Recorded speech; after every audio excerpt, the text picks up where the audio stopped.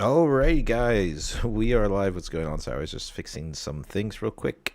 Today we got a different stream. We'll get into some gameplay a little later, if the boys are up to it.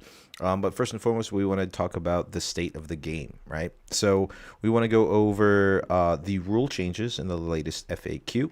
I also want to slowly or briefly talk about well, not briefly, but like that'll be like the main chunk of the stream, I guess you could say, about the overall meta and how it's developed, which legends are the best, which champions are the best, which decks are highlighted in a lot of tournaments, functionality of the cards, has the new rule changes and text changes impacted any of the decks, and then briefly at the end, in terms of collectability, how hard is it going to be to construct these decks while buying the product? I think that's always something to consider in TCG. So those are like the three main topics. Maybe we'll get into some gameplay. Let me hop on Discord real quick and make sure that everyone is ready to go. Alrighty. All right, cool. And we are live, guys. What's going on? Let's see. Um, so we have. All right. Let me just make sure I got all the window captures correct. Settings. Discord. Exactly. That should be it. Not working. It's okay. All right, cool. I got it. So we have Tree Man, we have Oni the Shadow, we have Lieutenant Dan, and myself. We've small community on Discord, just playing some games. They're all very skilled in the game themselves, and they're just here to kind of like help discuss about what's going on with the game. First and foremost, thanks guys for joining and going straight into it. What recently, with the new FAQ and rule changes and text changes, do you think impacts the game the most? Am I? I would say what impacts the most is for sure reaction not allowed to play in the end of the opponent turn besides something happening, like any effects. Yeah, And that's a new thing too, right? Like as soon as Annie affects its trigger, with the two runes being now active, or unexhausted, readying two runes, then you could react to it, which is kind of awkward now. Right. Well, yeah, I think it's specifically that he says there has to be one of those end of turn effects to do a reaction before your opponent's turn ends. I think that's the big thing. Yeah, yeah. I'm I get obviously we also when we think about what's the biggest changes have to talk about the banish zone, the new zone that we got because that's also a good opportunity for future cards to play with it and yeah, give us new mechanics and ideas what maybe yeah, can change the game flow in future. Yeah, let's briefly touch on the new Banish Zone. I mean, the only card that mentioned Banished was Time Warp, if I'm correct, right? Like, it no, just it's says not that. banish this card, right? So it doesn't go to your It's trash? there's Yeah. another one too, really awesome card for blue. Let you banish an friendly unit to put it actually to play it back. Also, one of the errata cards now called the owner plays it back into his space. So yeah, if it gets defied, then it's banished. So it changed Which also this which card. card are you talking about? Is it Portal Uh, Rescue. promising I'm futures? No, he was talking about Portal um, Rescue. Portal um, Rescue. yes, Okay, exactly yeah, which one that's was the one named. card that's It's awkward, also in right? the errata. So like if someone Portal rescues, it technically gets banished first, right? But then It, if you you have to banish. you You have to have to banish. choose a friendly unit, banish it, and then the owner plays it back to his space. Okay. And then if it gets defied, that unit stays banished? That unit stays banished. That's Because ridiculous. you have to banish first to play this card anyway. What another change or clarifying they did, cards which targeting can only be played if you have the target.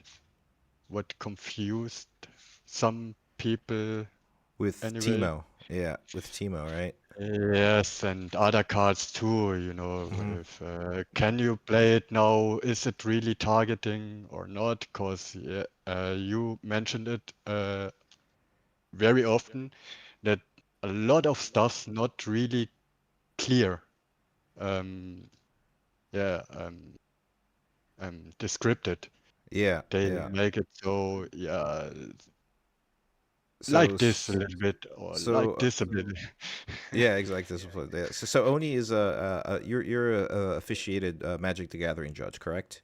So In you fact, Judge Level 1 in Magic the Gathering and Judge Level 2 in Yu-Gi-Oh! But it's a long okay? time ago, Yeah, so yeah, not but still, anymore. so you understand the importance of the text being like very clear, right? There were some like Yeah. misprints also in the game where I believe there was one card where it just stated. Let me see if I can find it. Yep. So there was one card called Dune Drake. Um, it just said like the original print and the print that we're gonna get when the game releases is when I attack, give me +2 if there is a ready enemy unit here. So it didn't state this turn. So it's just a 5/7 then. Um, yeah, Mm, which is weird, right? But now yes, it's it is. obviously +2 this turn. They've changed it. It's like another revised text. And the Do you same guys is true think? for Convergent Mutation. It Yep, also didn't have this turn, but now it does. yep, exactly. So do you think that was them like kind of like rushing, or was it just like human error? Um, Uh, they, so Well, I mean, it's it's both, but yeah. translation Or do you think error. it was that it was obviously conceived in English, right? But then first printed? And then do you think the translation got lost along the way? Or, I mean, I really don't know. But it just seems like when The, you're developing a card game, that's like the card text is relatively yeah, important. They do have like a big pool of cards, right? Initially, it's over 324 cards, I believe. So, mm, I can understand from game developers' standpoint, it's a little overwhelming, and sometimes things do get missed. But it has caused a lot of confusion with us trying to play the game. Obviously, yeah. there's moments when we're playing, right, guys, and then we're just like stuck on like, wait, hold on, how does this work now? Especially with Timo and everything. Um, but yeah, so obviously some card text revisions. Dazzling Aurora now states Spanish. Promising Future now states Spanish. They did clarify the reveal and look thing that they are the same, which I mean I kind of like um, So assumed yeah, that it was the same half. anyway. Did you guys think it was like supposed to be different, or did you guys just assume that it was the same? I guess they really intend to make a different out of this, but then they change it because of only one card, in fact, Nocturne. mhm. So I guess it's also in the FHQ mentioned that a lot of cards, just to make it simpler to follow the effects, that they decided that looks at the top or reveal is yeah, handled the same. You know, and first, let me maybe I find it, but how it was really mentioned. They said something like normally revealing wasn't supposed to trigger Nocturne, but now they Yeah, wanted to have they it like this yeah they in kind of the made it so that FAQ. reveal and look mean the same exact thing, so it does trigger Nocturne. Um, Yeah, and Well, I mean, make they also just some stuff did easier. revise his text to be both specifically look and reveal. yeah, they changed it, So, right? They did an errata on it. Yeah. mhm. Yeah, generally, this is nothing else other than keywords. They define their keywords very specifically and correct, but targeting and look and reveal are also kind of keywords, and as a developer, you have to watch out for stuff like that because, yeah, this is an easy part to get much confusion. And by the way, I have one question. You said that when you defy Portal Rescue, you don't get the minion back, right? Because you have to play this card, you have to banish a friendly unit. Yeah, but there are what shows me that because there's no point. I guess I thought when there's a point, then the both effect must happen. Like Hidden Blade, destroy something, point, draw 2 point means that you draw because there was a point before draw 2. But in Portal Rescue there are no points. So how can how can you as a player see when it's in Yu-Gi-Oh! It was cost that what happened when you activate the card and what can never get negated and yeah, what shows me the cost in this game that you Yeah, see and this happens? that's funny because they make confused with the first explanation. An A before everything happens shows a cost or something like this, and a dot after the first sentence should be mentioned as a cost. And now they bring card effects and say sometimes different, sometimes Yeah. otherwise, but I guess it was mentioned in the FHQ by themselves, but Yeah, so I'm looking at it right now, and I know what you're talking about, Oni. The issue is that sometimes there is a cost, right, in order to enable a card's effect. Correct, is what you're saying Yeah, we here. yes, also have a common yes, there. we have two stuff. It's what is going on when you are allowed to play a card. Yeah, If you have a cost and to pay it, or if it has a target and you don't have a target. And yeah, yeah. So that's I would assume it's under Portal Rescue Revised Tech. It states crazy. banish a friendly unit, then its owner plays it to their base, ignoring its cost. So it's just the fact that when those two keywords trigger, or Tree Man, do you think it's just like you would banish a friendly unit, then do everything at once, and if it gets defied, it's just defied from the get go? So this doesn't read as a cost to me. Yeah, Yeah. from Okay. yeah, Um, makes sense. but I So actually just don't know because I have never played with or against this card. yeah, so Uh, Frank Angels Full in chat is saying Portal Rescue banishes on resolution, which means Right. You have yeah. to announce what you're targeting first. So maybe that's part of the confusion that like I think that's where it's coming from. Yeah, I agree. Yeah. like But you have to yeah, announce all of your intent before you actually did they right. change Because it this? says banish a friendly unit, then its owner plays it to their base, ignoring its cost. So it is being replayed. Um, I think, but the issue wasn't with the defy, and if it just gets banished. The problem was for the Siren and Unforgiven. This is not a functional errata, just a clarification. For Portal Rescue, this is a slight functional change to its interaction with cards like Possession.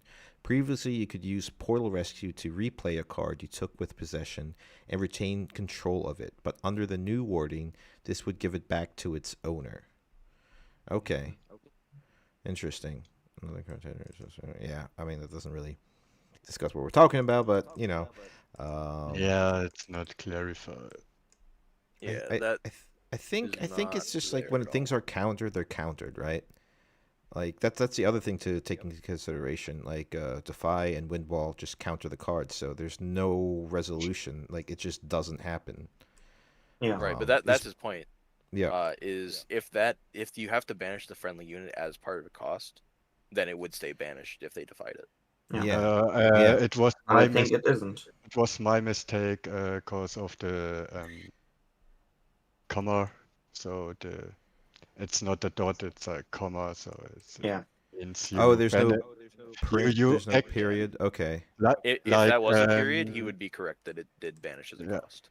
That's so Yes, weird. yeah. Like he It's like a said, period or a comma, and then but yeah, that's the way it yeah, is. but Yeah, like he said, yes, it's in fact it's just declaring you want to banish this unit, and then if it got defied, the card is not resolving, and Okay, but if then my take was right that it's not a cost because there's no no, point. no, There's only a comma. Okay. I Yeah. thought it was a point, but yeah, yeah, my yeah. mistake.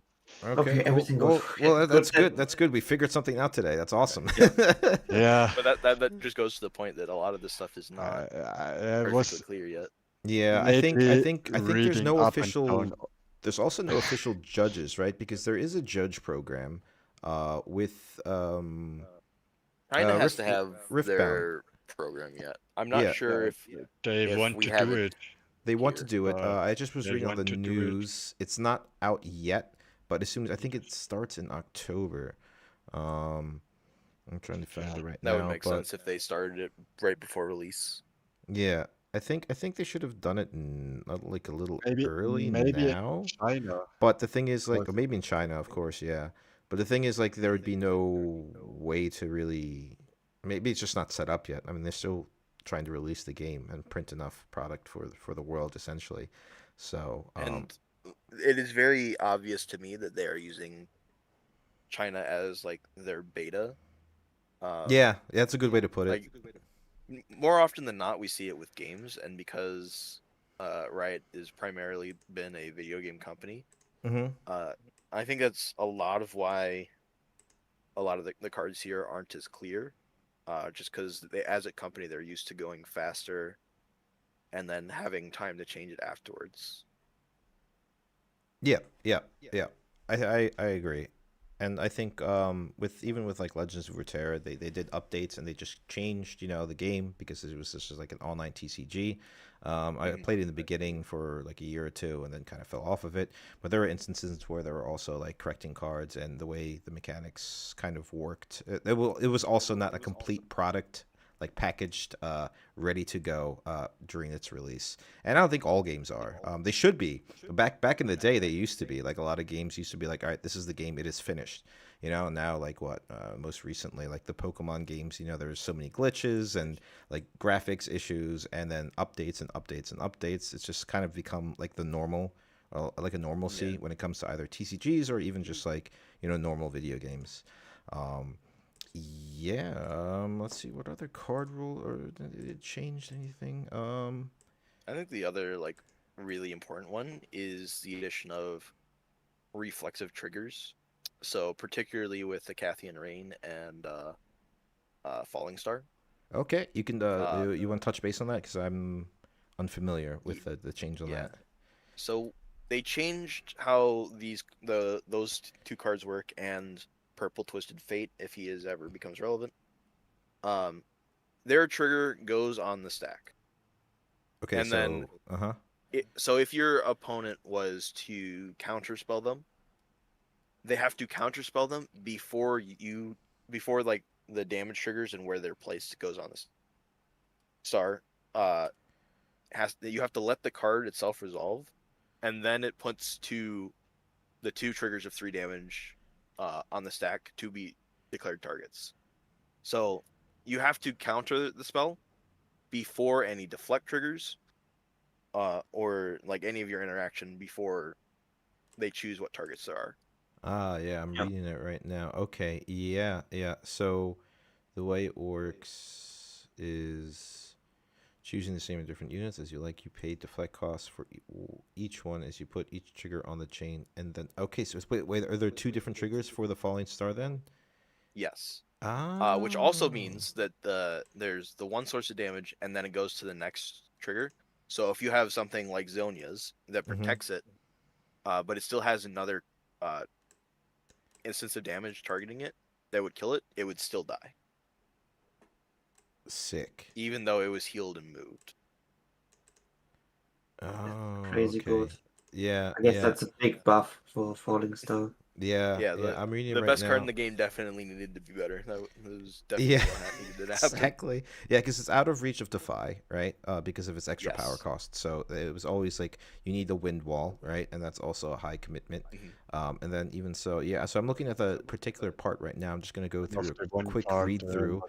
The that question was, do this wording is a lot like the one on Falling Star and certain or Ichthian Rain are those reflective triggers too, which Freeman mentioned. Yes, this means that the two spells no longer actually have any target of their own. You play them with no choices. If they resolve, you then put each instance of their reflexive trigger on the chain separately, choosing the same or different units as you like. You'll pay deflect costs for each one as you put each trigger on the chain, and then the triggered abilities will resolve one at a time in the opposite order they were put on the chain. This is a big change to how those two cards work, but we think it actually matches how many people expected them to work when they first saw them. Yeah, yeah. So yeah, if they can get this in depth with some cards and the way they work, right? Then I think we're gonna get a lot of resolutions in the future with a little more complicated. But that's really interesting because it does say do this twice, right, and then do the thing. And the thing with Twisted Right. Fate, I didn't really quite understand because it says when it attacks, right? When I attack, reveal the top rune of your rune deck, and then based off its color, you do one of those things. Right. So Mm-hmm. until you're actually so Twisted Fate is weird because I believe how it works is there's a reaction point where they respond to his trigger before he reveals the rune, and then a reaction point where they can respond to once they know what it does. Um, which is a little weird. Yeah, it's a weird card, and I think that's why no one plays it.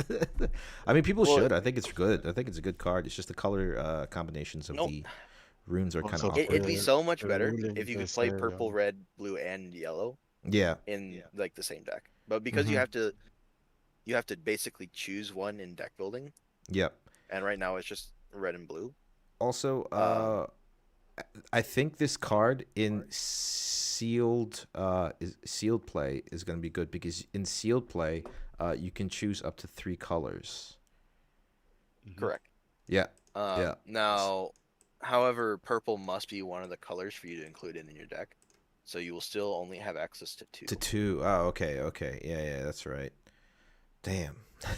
Almost there. Yeah. Um, but yeah, so yeah, purple and then red and then blue and then yeah. Isn't it Interesting. weird that they To come back for the responses against the Twisted Fate, I don't think you really can respond twice, as you don't have really 2 times to respond to this card, only for the declaring of the attack, and then you're busted. When you know what he really does, then you just busted. Well,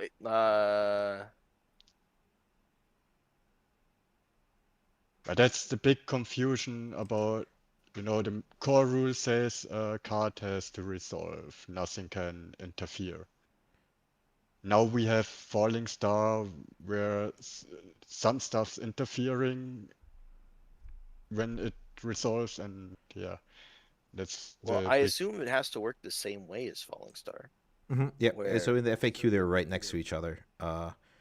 right because Twisted Fate is specifically listed as a reflexive trigger, Mm-hmm. Yeah. It but says right I here. guess Yeah. you are right. It doesn't actually tell you how to resolve Twisted Fate. Yeah, it just is. It uh, just literally, it's just like the question is like Twisted Fate 2, and then the answer from Riot was like, yes, Twisted Fates do one of the following is also a reflexive trigger, and then it went into the next question. right. Yeah, and that's the big. Yeah, I I wish, or I hope before the game really releases, they bring a clear version of everything, and not like this. It seems everything like a rush.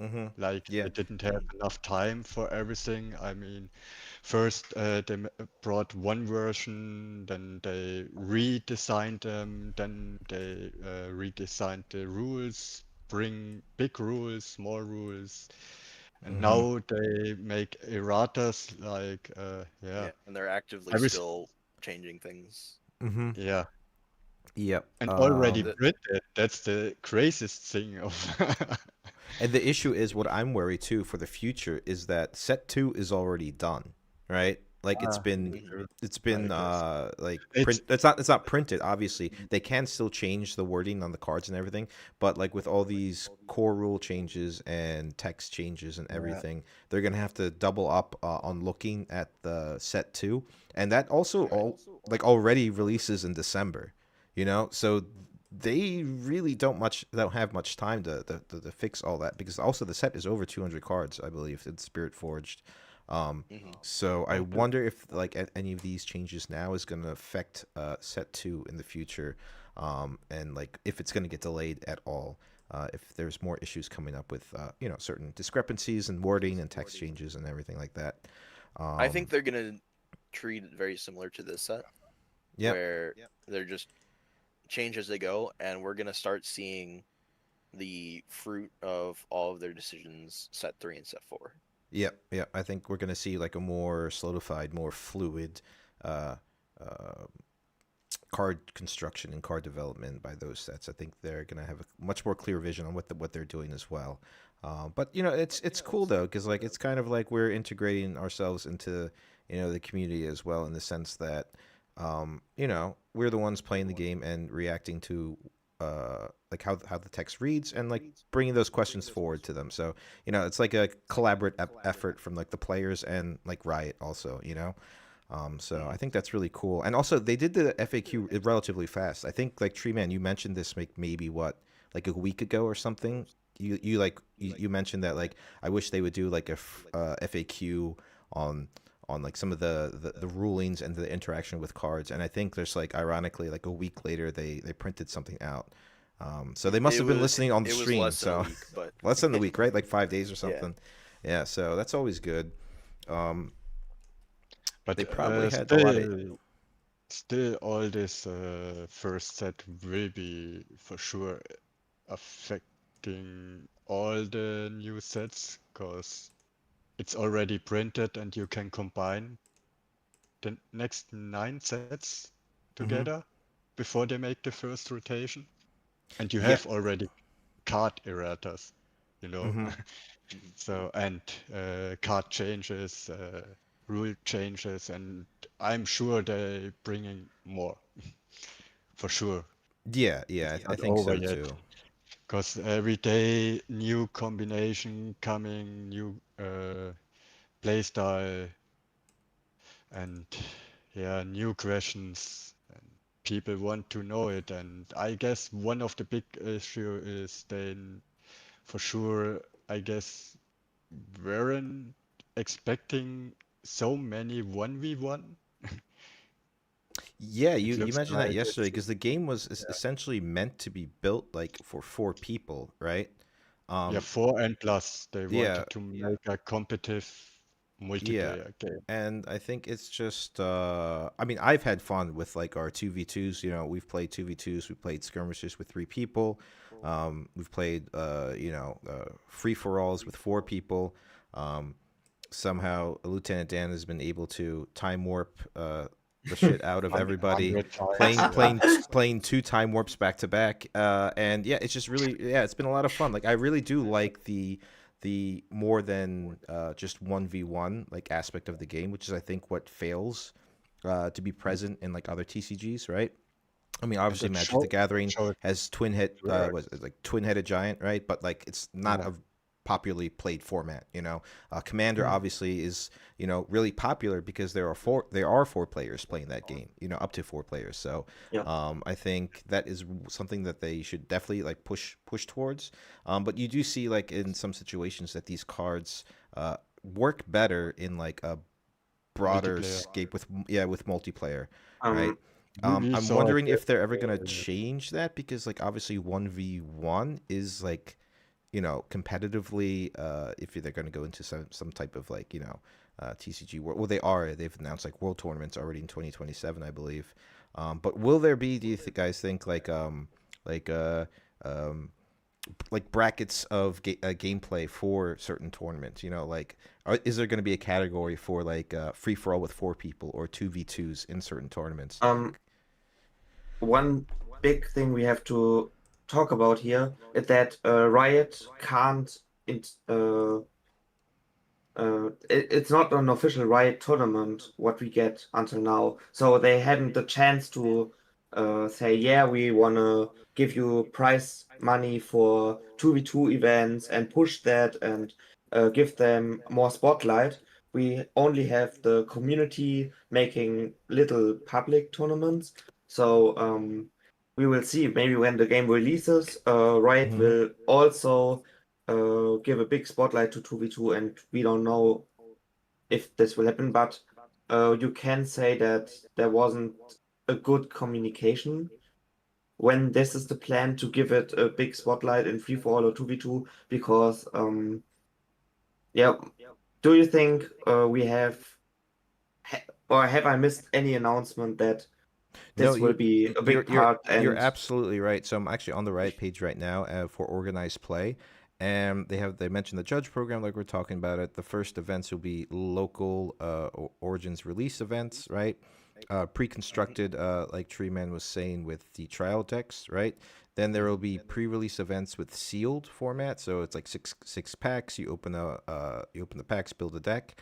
Then Nexus Nights, which is basically like your Friday Night Magics. And prize being 3 card packs. It's up to the store.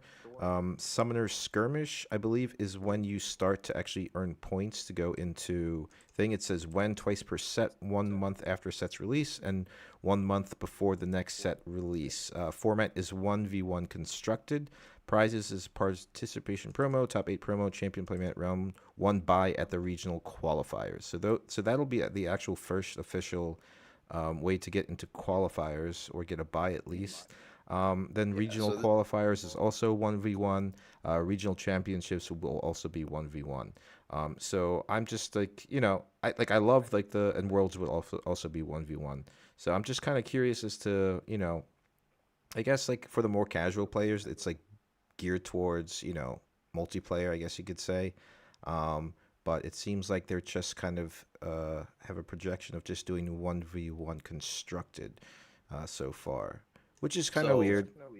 I would There's expect that mentioned the it first year. the opening releases of the first rules own videos where they said they wanted to make a competitive multiplayer game with Hmm. more than just 2 people. But for the tournament, it's brand new. They never mentioned anything official until now, something about the tournaments. They're really not transparent about this so far. This came Just out. When so did this come out? ideas. This came out in July of 28th Mm. when they or released organized play. How it's going to be. Um, Well, they had yeah, to release it because it was China. China, yeah. Mm. Because of China. Uh, so Of what China. I am expecting is that for the first year, basically all organized play is going to be 1v1. Yep. Once we start getting to, you know, saturation with sets, I'm expecting them to do larger events for 2v2. Because they have the tournament rules for 2v2 already made. Um, Correct. Yeah. but I think they just want more cards before they actually start doing events for it. Yeah, for sure. More heroes, more legends, More and more combinations. battlefields. Yep. Yeah. So Yeah. I And think it is only a matter of time before we get there. And it's not yet. Yeah, that'd be really cool. I'd be very excited for that. 2v2s, or even do you think they'd ever do like I don't know, like a format in which it's like a free for all with 4 people because you really have to construct your deck in a certain way. And I think like Streamman was saying, I don't think that we have the cards really because everyone would just play Victor. If you're entering like like a 4-person I, free for all, just to make sure you get enough points to conquer all the battlefields. I I guess think in that there's fact they would also bring the same rule like in 2v2. You can't bring all heroes at once, maybe for multiplayer. This Mhm. make And not much sense because then you have to tell So someone, yo, you can't play your main deck because your opponent plays your main deck. That's, I guess, not a good So what it's I way. do weird know is that restriction. you can't double up legends. Yep. That was not in the official tournament rules when they released it. Yeah, They just but forgot to include it, that they had already made that decision. Um, but I don't know. I could see them also going further and not doubling up on colors, because there's certain cards that are very very hard to play against when you have 6 copies, like Ride the Wind, Mm-hmm. like Call the Weak. Yeah. There's Master of certain cards Brokenness. that are just very hard to beat 6 copies of it. Dude, you could win the game with or, purple Yasuo and 6 copies of Ride the Wind. or, You or know, maybe they like make it. like in one turn May, if you have enough runes, that's insane. Or like or they six. make different deck building for Hmm. skirmish and something like this. Maybe you can have only 2 copies, then don't know if it makes much different. But in Flesh and Blood, for example,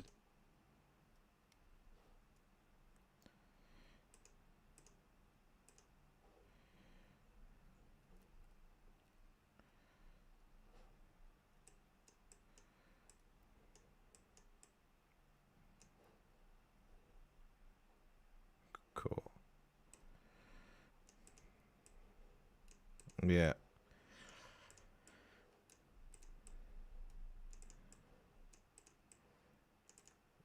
Yeah, cool. All right, so that's actually a perfect transition. So we've kind of like touched base on all the rules, a little bit on how it kind of changes the game with triggers, and we just have to be more knowledgeable. Like I think we just need have to like really read the core rules and everything now. But speaking about Victor and all the other decks, let's go over like the state of the game in terms of like the meta. How do you guys want to do this? You want to go through each legend and just briefly discuss like certain types of decks and archetypes that legend specifically brings and if they're good or not. If so, um, we can start with Garen. Trash. No, yeah, yeah. The sad thing is like I actually like played a little bit of League of Legends, and even in Legends of Runeterra, Garen was like a lot better. Just like the way the card was structured. So yeah, it's hard. Like I tried. When you conquer, if you have 4+ units here, then you get to draw 2 cards, and drawing 2 cards is strong. Card advantages obviously gives you a lot of tempo. However, like the chances that 4 units are going to be surviving, and a showdown at a battlefield. So it really has to be you have to have 4 units, and the battlefield has to be open, right? But at that point in the late game, it's probably not the case.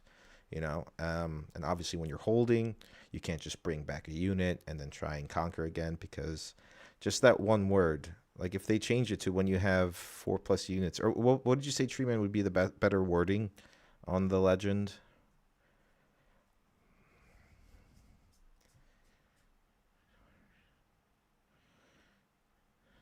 Yeah.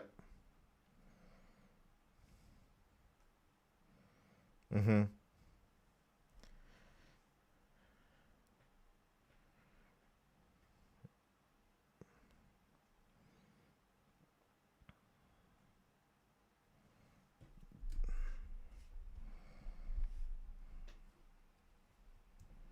Yeah. Yeah. Yeah, that's rough. It is rough. But the interesting thing is like the color combo is actually solid though. That's the sad part, right? Like orange yellow is relatively strong.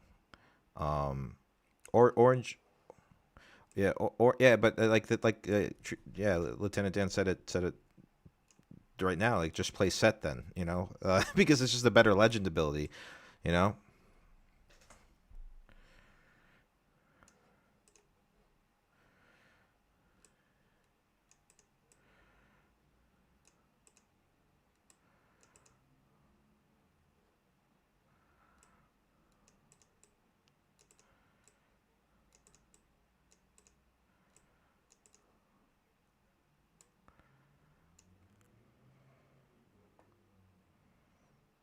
Mm-hmm.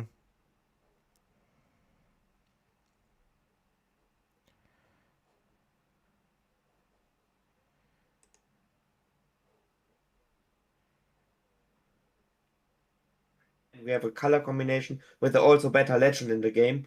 So yeah, he's there's no real point to play Garen, sadly.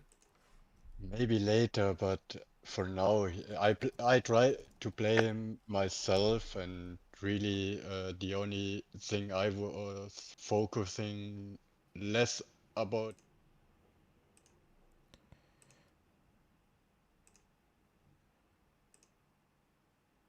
and yeah, if I get the effect from the Grand Plaza, yes, I win, and if not, maybe I draw. Mm-hmm. But yeah, it Yeah, was really so hard it kind of like the compared to other thing other is decks. like it really Hard. restricts Garen to be a swarm deck, right? Yeah, Um, you need to hold back because you want to have if you want to use this effect, you want to have the units to to survive after the conquer. mm-hmm. To Yeah. and So you're playing 4+, your you're talking about a lot units. Mhm. 4+. mm-hmm. It's for the moment Yeah. almost not possible to have surviving 4 units. Besides, you play against someone with Yeah. only 2 might units, and you swarm in with 10 power units to just overdo a little bit. Then Yeah. maybe you get this effect, but then maybe the game is over already Yeah. before you Yeah. always come to this point, because yeah, there's another hero we come later, maybe Yeah, better so it's for just some. unfortunate, but it's just the way it is. Sometimes you can't win them all. But yeah, Garen is Garen. I think he's just like one of the weaker legends, and you don't even see him much being played. I would love one day to see like a really crazy build, but I think at first, like when the set two comes out, maybe there's gonna be some more cards that support him a little bit, or maybe some like type of new keyword that like gives it protection, right? Because I think protection was like a keyword in Legends of Runeterra to where they're like basically immortal for one turn or they can't deal damage or something like that. So Mm. but yeah. Next legend, let's talk about Ari real quick. Going down the list on Piltover Archive. Um so color combo, obviously green blue, control-y stuff. But you can really only play this in a control shell. Uh I like my Right. Ari deck a lot. Has a lot of resources, has a lot of tools. Um It's also what do you very guys? good into quite a number of legends. It just has a very unfortunate matchup into either the first or second strongest color in the game, depending on how you look at it. It's very poor into red removal. Yeah, yeah, yeah. I agree. So like what Treeman's talking about is like some of the units that are in the decks, right? Like Ari, obviously with 3 might, Hex Tech Ray is a thing to worry about, right? Um, Void Seeker and Sona has 4 might. Those are like some common cards that they play. Blitzcrank 5. I guess Thousand Tailed Watcher is just like one of those colors that is usually played in the deck, and Sprite Mother, obviously, that um, kind of like stretch out of the the risk of being removed by red removal. But yeah, you're definitely correct. But other than that, Ari, I think is solid. I think it's fun. I think it's static. Its ability Mhm. is like good. -1. I'll take it.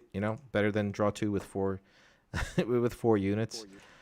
Yeah. Yeah, Um, especially since uh, Ari is probably the best uh, like legend to take advantage of the charm effects and Blitzcrank. yep, yep. Uh, Yeah, yeah, Yeah, Yeah, but it makes other cards stronger, like with its Mhm. ability, basically. Yeah, yeah, I agree. I would generally say Charm is one of the maybe top 5 cards in the game, and to get this card even more strong with your legend ability is a big advantage. And Blitzcrank gives this deck enough offensive potential and also um, a way to attack the base of a player that's also a little bit unique because we don't have so many cards attacking Yeah, the base. yeah, Um, yeah. That's a good point. yeah, I guess have two less. Yeah, Fire there are two extremely strong cards to control the base, and I guess that's one of the biggest pluses for Ari. And we can also, yeah, maybe we can make a little tier list for because it's also highly I don't know the English word. Many people want to see What's tier lists and yeah, I know what you mean. like and talking about tiers. Highly sought after, looked after. Yeah. Yeah.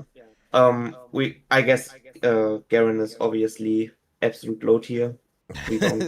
Yeah, Low tier. there's no argument for him. But Yeah. I think Ari is, for me, we can. Yeah, everyone can give up his rating, but for me, Ari is a high A tier.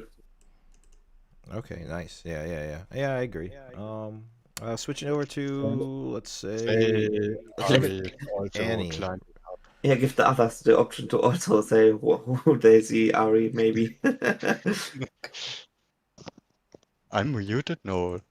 No, No, you no, are. you're not muted. No, I switched channels on OBS, and then I didn't have the application audio capture on, Ah, so I had to put it back on. But Okay. Only where I would you think place Ari? higher A tier almost how depends on how you build her, but she is one of the strongest controlled deck for sure. Alone This is you Ari have card. it's one of the strongest card. Also forgotten Defy and Wind Wall. mm-hmm. The green is the only color to negate something. Yeah, You know, have counters. Yeah, they only have. Yeah, they're the only two that have counters. and with Airy defensively alone, the 3 might -2 additional to her champion ability is insane. Yeah, If you yeah. can Once you protect her, stack up. it's Mm-hmm. impossible almost to get battlefields back. Mhm. And then Blitzcrank crushing down Yeah, and yeah. destroys Blitzcrank is everything. ridiculous. Like Yeah. here, Lieutenant said, there are not so many cards to affect the board. The most cards always battlefield. Yeah. I will create in the background overall tier list for our talk. Yeah. Okay. Okay, then Trina, what do you think about Ari in the tier list? I think Ari is probably, I would put it at the 6th or 7th best deck in the game. I think the top 4 is very set, and then it depends on how you rank the next 3. But Ari is one of those next 3. Okay, I guess Ari A tier, Garen D tier is okay. Mm-hmm. Okay. Let me see if I can set this up. I think I can set it up. All right, so let me. I'll do. Yeah, I'll try and make a page for thing. Your list maker. Yeah, yeah, maybe it's better when it's directly in the stream. Yeah, I'll try it real quick. But in the meantime, I'm gonna let you guys discuss. What about? Oh God. So we're on Annie next then? Yep, we're on Annie You're saying? next. Yep. Yeah. Any. What do you guys I think think about Annie? purple is in a really unfortunate spot. Okay. It has a lot of really, really strong cards. However, the card pool is very shallow currently. There, Okay. yeah, it's really unfortunate. But the red removal is so good that you can just muscle through a lot of the game with Annie. It's just hard to be because you're like playing the same game as Kaisa, and Kaisa's so good.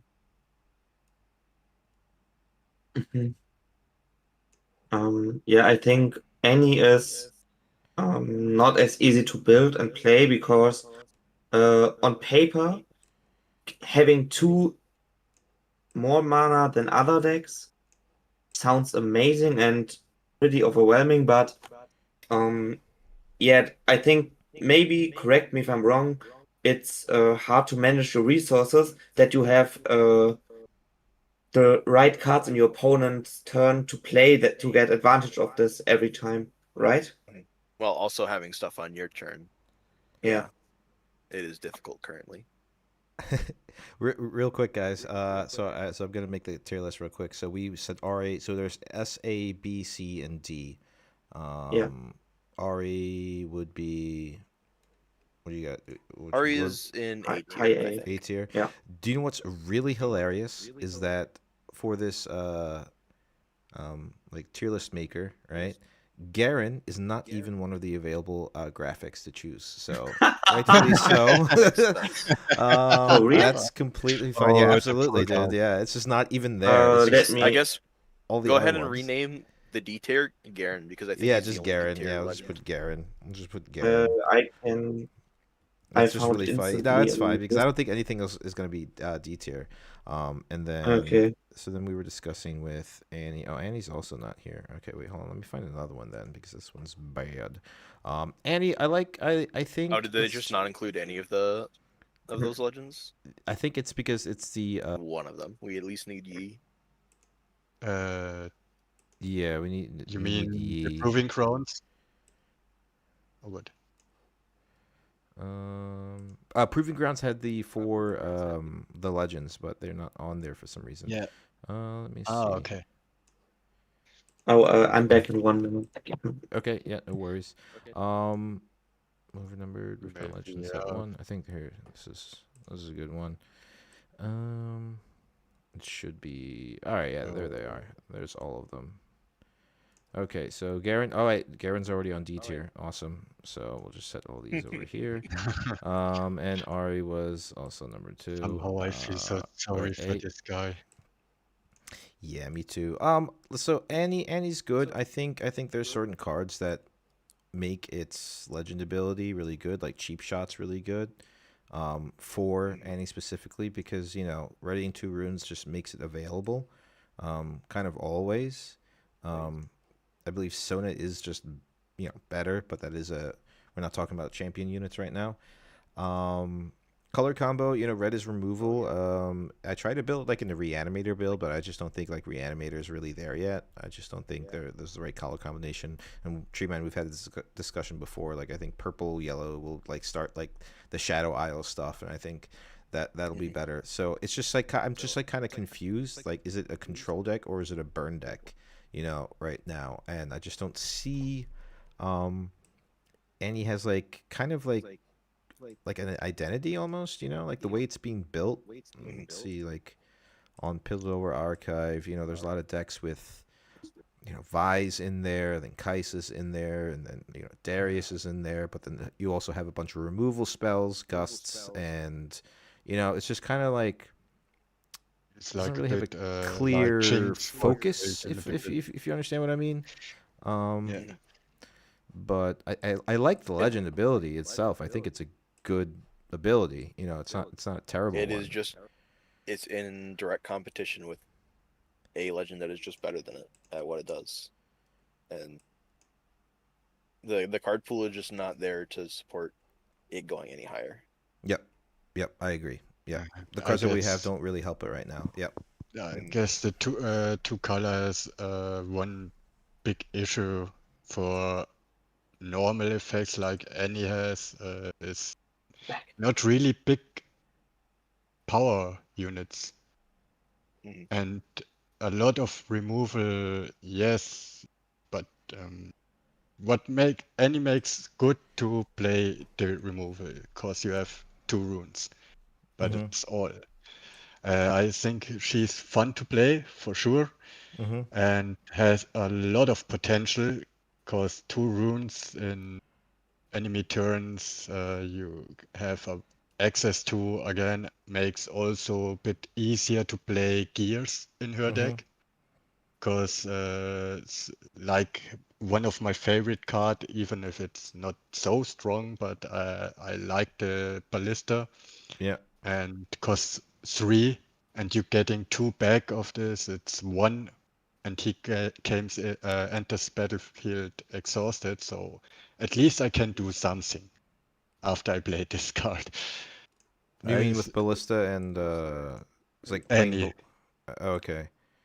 But because can you I play tap three mana and get 2 back in the end of my turn, so I have at least 2 mana out of it. Yeah. Oh, And okay, if I you see what can you're get saying. the Yeah. game That's going what long enough I where you can meant, yeah. untap with Ballista multiple times, Ballista stacks up value very, very quickly. It's a very good card. It just Yeah. Yeah, I like this card, and in any it feels a bit strong, Stronger in than my it would in opinion. And Jinx, in right? some other, yes, because Yeah, you yeah. get Mm-hmm. two mana, 2 energies back Mm-hmm. what you paid for it, So would you and guys that's say like good. any's I Well, obviously I'm not gonna put it with Darren, like C, B, C or I I B? would be I would put it in B because Yeah. red is just that strong. Mm-hmm. And it has the potential to go up. Yeah. Uh, and that's Okay. but it's probably a lower B once we get through there. Yeah. Yeah. I agree. Yeah, I I agree. I was think that's a solid place to put Annie in. yeah, I was a bit more by best C, but yeah, low B is also absolutely fine. Low B, high C. love it. Alrighty. Let's see. Let's go randomly pick something. All right. So let's see. What about Leona? We'll talk about Leona for a second. My Yeah, favorite champion. Dreamman's Yeah, favorite champion. let's Streamman first explain because he's the expert. Yeah, yeah. You are the expert, so by all means, Well, continue. I'm not the expert. However, Oh, you can't run but that. you are very good at playing Leona's colors and Mhm. its cards that coincide with it. Leona is interesting. Because all of her cards are good. The legend's good, the champions are good, the signature spell is good. Yep. It's the signature spell is like really strong.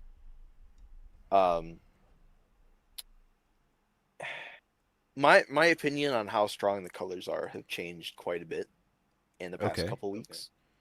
I used to think yellow and green were two of the strongest colors. However, I don't believe that anymore. So like the deck you are building around the strong cards that Leona has is not as good as it could be. Okay. Like, yes, Defy is really good. The stun mechanic is very strong. But Leona has a really hard time, and a lot of other decks do too, in similar color slices, of actually just keeping their units on board. I see what you're saying. Just, yeah. Mm-hmm. very, very soft to hard removal. Even with things like Zonia's, like Defy, it can be very challenging into a lot of the stronger decks. Yeah, I mean, I think I think you're right. Like the stun effect is strong. In fact, I have trouble playing against the stun mechanic, right? Because like what do you do to kind of like anticipate that? And if it does happen, like, you know, what are you gonna do other than, you know, play some retreats or stuff like that? And then they're gonna take the battlefield anyway. So I really do agree with, like, you know, the legend or the signature spell is one of the strongest signature spells, I think. And Leona is just very, very good. The color combo I really like. Also, the champion unit that coincides with it is just such a big swing turn. You know, it is the which one? Which one is that? The Zealot one, right? Let me take a second.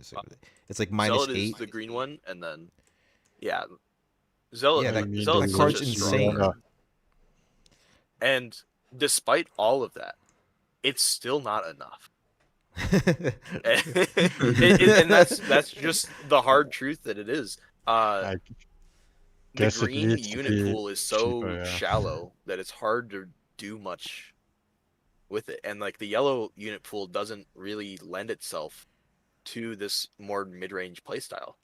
I agree. Like I think there are some green cards that we don't really even you don't even see index. Like we could take a look. What is it? There's so let me just look at deck builder. Right, there's some champion Caitlyn. Right, Caitlyn's not played.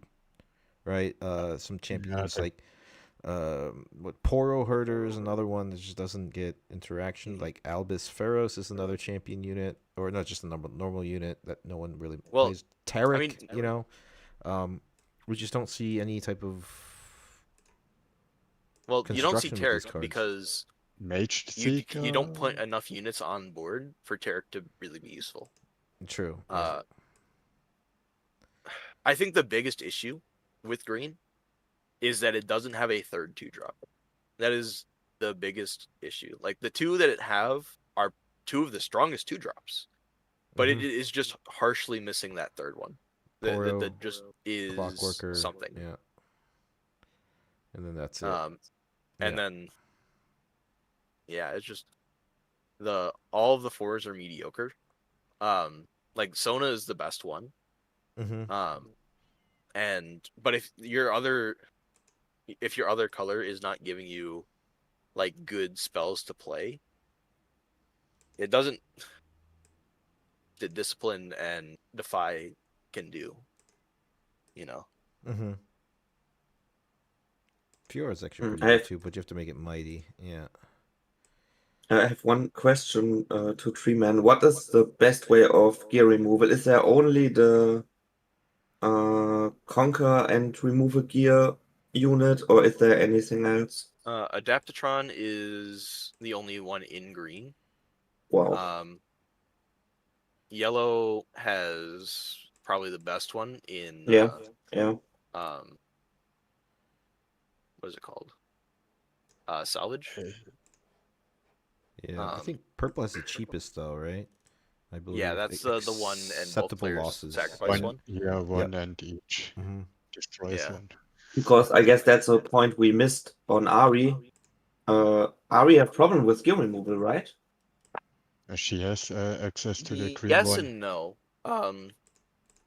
So it is difficult for her to remove gear efficiently. However, the gear that is currently in the game outside of Baited Hook hasn't really stuck around as much in the meta. So needing to remove it is this catch-22 where it's like you just have to be able to beat like Aurora fast enough, and then you don't care. Yeah, then it doesn't matter anymore. And you might just have to ignore Bait Hook because there's not enough other things that you would want gear removal for. It's a really weird position to be in. Yeah, I think obviously like gear removal like in the future, depending like how strong like Dazzling Aurora, or not really how strong because it is strong, but how often it'll be played. You know, it's just like I think almost all the colors have. Wait, no, every color has gear removal, correct? Right? Every single No. color. Blue Orange does not have doesn't gear have one. removal.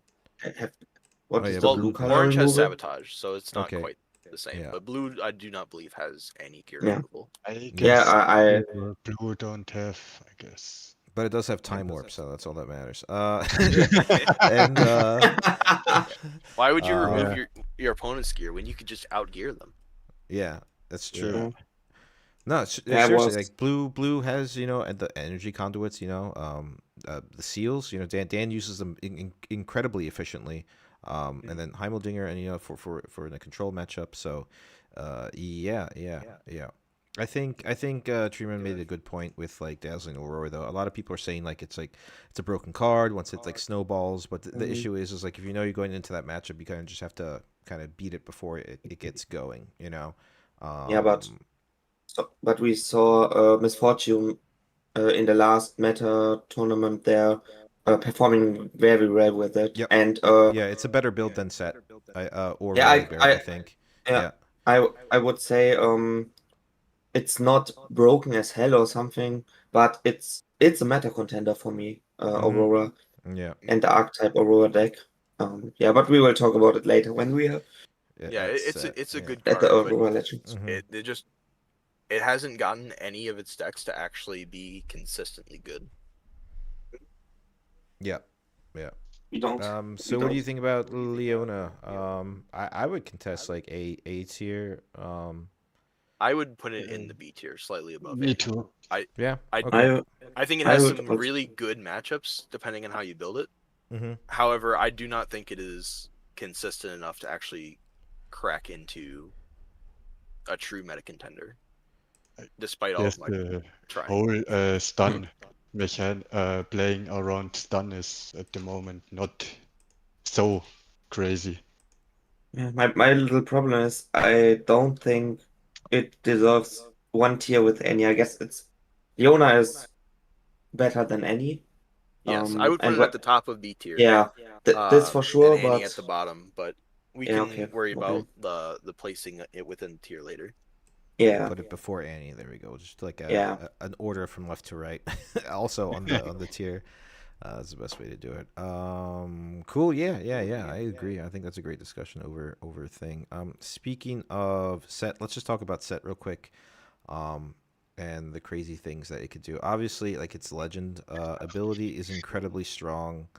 Um, Yeah, I he like has it. the best legend ability. He has the best champions, Hmm. and not quite the best signature spell, but it's so good that it almost doesn't matter. I like Showstopper. I think that's a really good card. Honestly, to be fair, it's just like buff a friendly unit in your base, then move it to a battlefield, and it's cheap. Is I think it's the Yes. cheapest signature spell actually, right? And he Yes. has Yeah. access to sabotage. It's so crazy. Mm-hmm. Yeah, Yeah. and One of the sabotage. cheapest and craziest card. You can take a look at the hand of your opponent, and even if you don't let him recycle one card, but you know at least what he Yeah. got. You know they don't have interaction after the sabotage, even if it Yeah, misses. Mm-hmm. and I like also the flurry blades in this color. For me, I think orange body is really one of the strongest color at the moment. I think it Has is really at cool this point. cards. I It's the mean, best color. confront, let everything ready. You draw anyways a card and don't cost power. You have a damage prevent. You have deal one to all units at battlefields, so completely destruction. Yes, it's only one, but compared to the combos you can do with some units in there, I just believe killing the the units. combo is Warwick, right? Yeah, Warwick. For example, yes, Yeah, yeah, or yeah. you just throw out all three of them, and every three might unit on battlefields are just gone. Yeah, Bye. yeah. Um, yeah. And it's a reaction for one and no power. I think So also also for is me, for crazy. my opinion, set is also one of the easiest play, and you feel so safe because you can at least always revive one, Yeah, as long as it's a buffed, safe right? one. And Yeah, then yeah, that's also really and strong. Like there's no buff it's really removal. hard to come over that ability because they just keep coming back. If you have the Well, resources, the one downside is obviously burning the rune is kind of troublesome.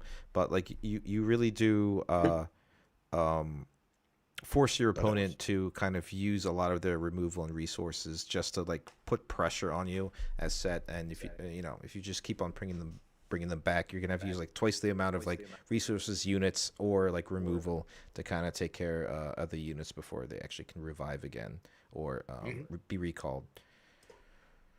Yeah, I would also mention some aspects because I played that a lot. That is, I guess, my most or second played deck Mm-hmm. until now.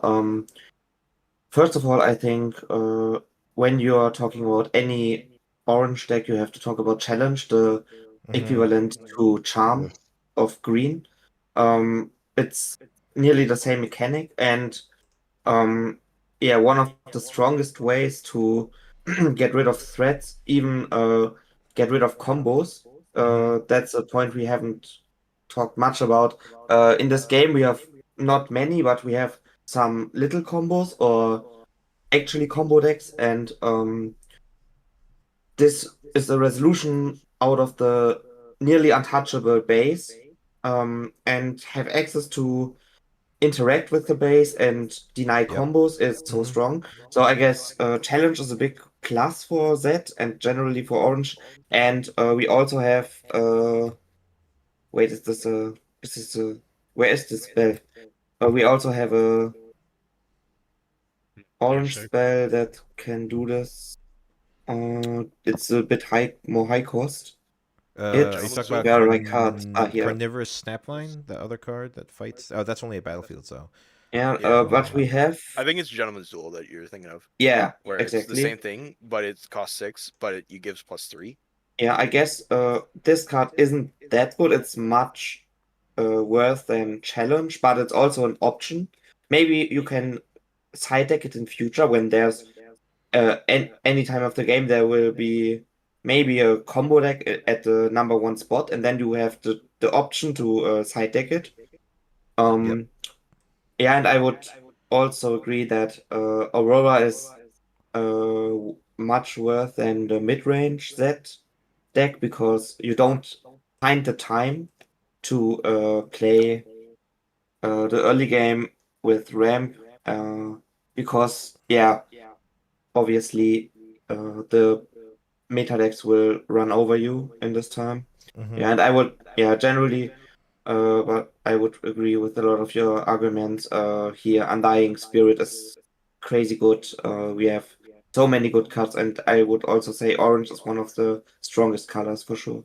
Yeah, I agree. It's just like the pool and like yeah, such good champion units. You know, you look at Kiana, that's Orange and amazing. yellow, right? Kraken Hunter is Yeah. ridiculous. You know, I really like that. Ramp cards are also very good. But I think both So That sets still are. has access to Leona. so, It's like Set it's has really commonly good siding in all combination. 3 copies into a lot of Yeah. matchups. Leona. Oh, and Like, Really? yeah. Yes. Okay, that's cool. I did not know that. Did you see a lot of that when you were on the tournament or? Personally, no. Okay. Because it just wasn't the matchup with the way I built my deck. But you side it into the mirror. Mhm. If you run into mid-range Darius, you side it in. Okay. Anything where it's like you're any mid-range matchup, it just basically auto wins it if you draw it. Cool. Okay. That's awesome. That's good to know. Yeah, I completely forgot. You can just always also just put Leon in there. Why not? Also Shen's a thing, right? Shen's tricky. Like it also has access to Shen. Shen might be the second or third best yellow card. Yeah, I agree. It's kind of awkward sometimes to play it, but a 3/5 tank that can come out in the middle of combat is Yeah, whenever. Yeah. it's so good. A reaction. It's so good. Yeah, it's a reaction. Yeah. It's so crazy. They were trying to stupid. remove your board so that they could just walk in for free. Mhm. I just have an extra unit there. Sorry, you didn't play around that. Yeah. Yeah, so what do you guys think with Set? Where are we gonna be putting Set at? I would say S, if not I think A. Set's the best deck in the game Yeah, currently. I agree. I think I have to put it Set with S S. tier. S for Set. It's just really good. You see it a lot. It's hard, you know, just having cards come back just for the cost of a rune and spending the buff is so good. Well, and That buffs are combination. like the only like true mechanic that they printed to the right density, like to the all the density needs in set one. It like when you actually like look at some of like the other things that other decks and colors want to do, compared to how many buff cards there are in orange, like Mhm. it's kind of unfair. Yeah. Yeah. I agree. Yeah, you're absolutely right. But I want to say I think that has also some flaws. When you are behind, it's not as easy to come back, and I think that isn't the best deck for sure, in my opinion. But yeah, but I guess other top decks have an easier time to come back and play around some stuff than that. So I would also say it's an S tier deck, but for me personally, it's more low S. Okay, yeah. So obviously, if you put the pressure on and you running out of resources, or the opponent has too much removal to where you're burning your or recycling your runes too much, right? And you can't get the buffs out, then you will fall behind and you will kind of like suffer a little bit. But Yeah, that's just that's like the question, like do you run the ramp in it or not? A lot of builds don't have the ramp because they feel like they don't need it. Um, but I think you might even like possibly like consider sideboarding the ramp. So if you go up against like a control matchup where they do have a lot of removal, at least you have options to start channeling a little bit of runes to kind of mitigate that removal of your units to where you're burning powers. Speaking of powers and how they were a little bit nerfed, let's talk about Teemo then. Teemo, poor Teemo. Yeah, said Timo. Um, I think Teemo's like, all right. So here's my thoughts. I just don't think we have enough hidden cards that do cool things. All right. I think that's like one of the big issues. I believe like I like the legend ability a lot. It technically kind of has two. If we're looking Yeah, at it, and it's just like one of they those want to situations hide the where card and you tap him for it's one yeah, power. yeah, and like Yeah, for one paying mana. paying the one rune instead of a power to hide something, um, is really good. Like it's really really good at resource management. Because I played like a couple Teemo decks, and I've just noticed like I never am like burning too much if you construct a deck to where your power cost isn't that really that high. So you can just do like a lot of cool things. You can even commit to like a possession deck, with Teemo. The issue is like unless you have Bandletree, I think it is very uh um It's how do I difficult to say actually this? like use all your hidden cards without Banner Exactly. Tree. Yeah, yeah. Because you not only do you You have to have want the correct to see. cards in hand, but you know, it's just having two hidden cards on there is kind of like feels a little wonky. Sometimes good, consult the past is obviously good. Any type of card advantage, um, is decent. Fakone, what's the name of that called? The Fakone, In my opinion, it's wrong color combination.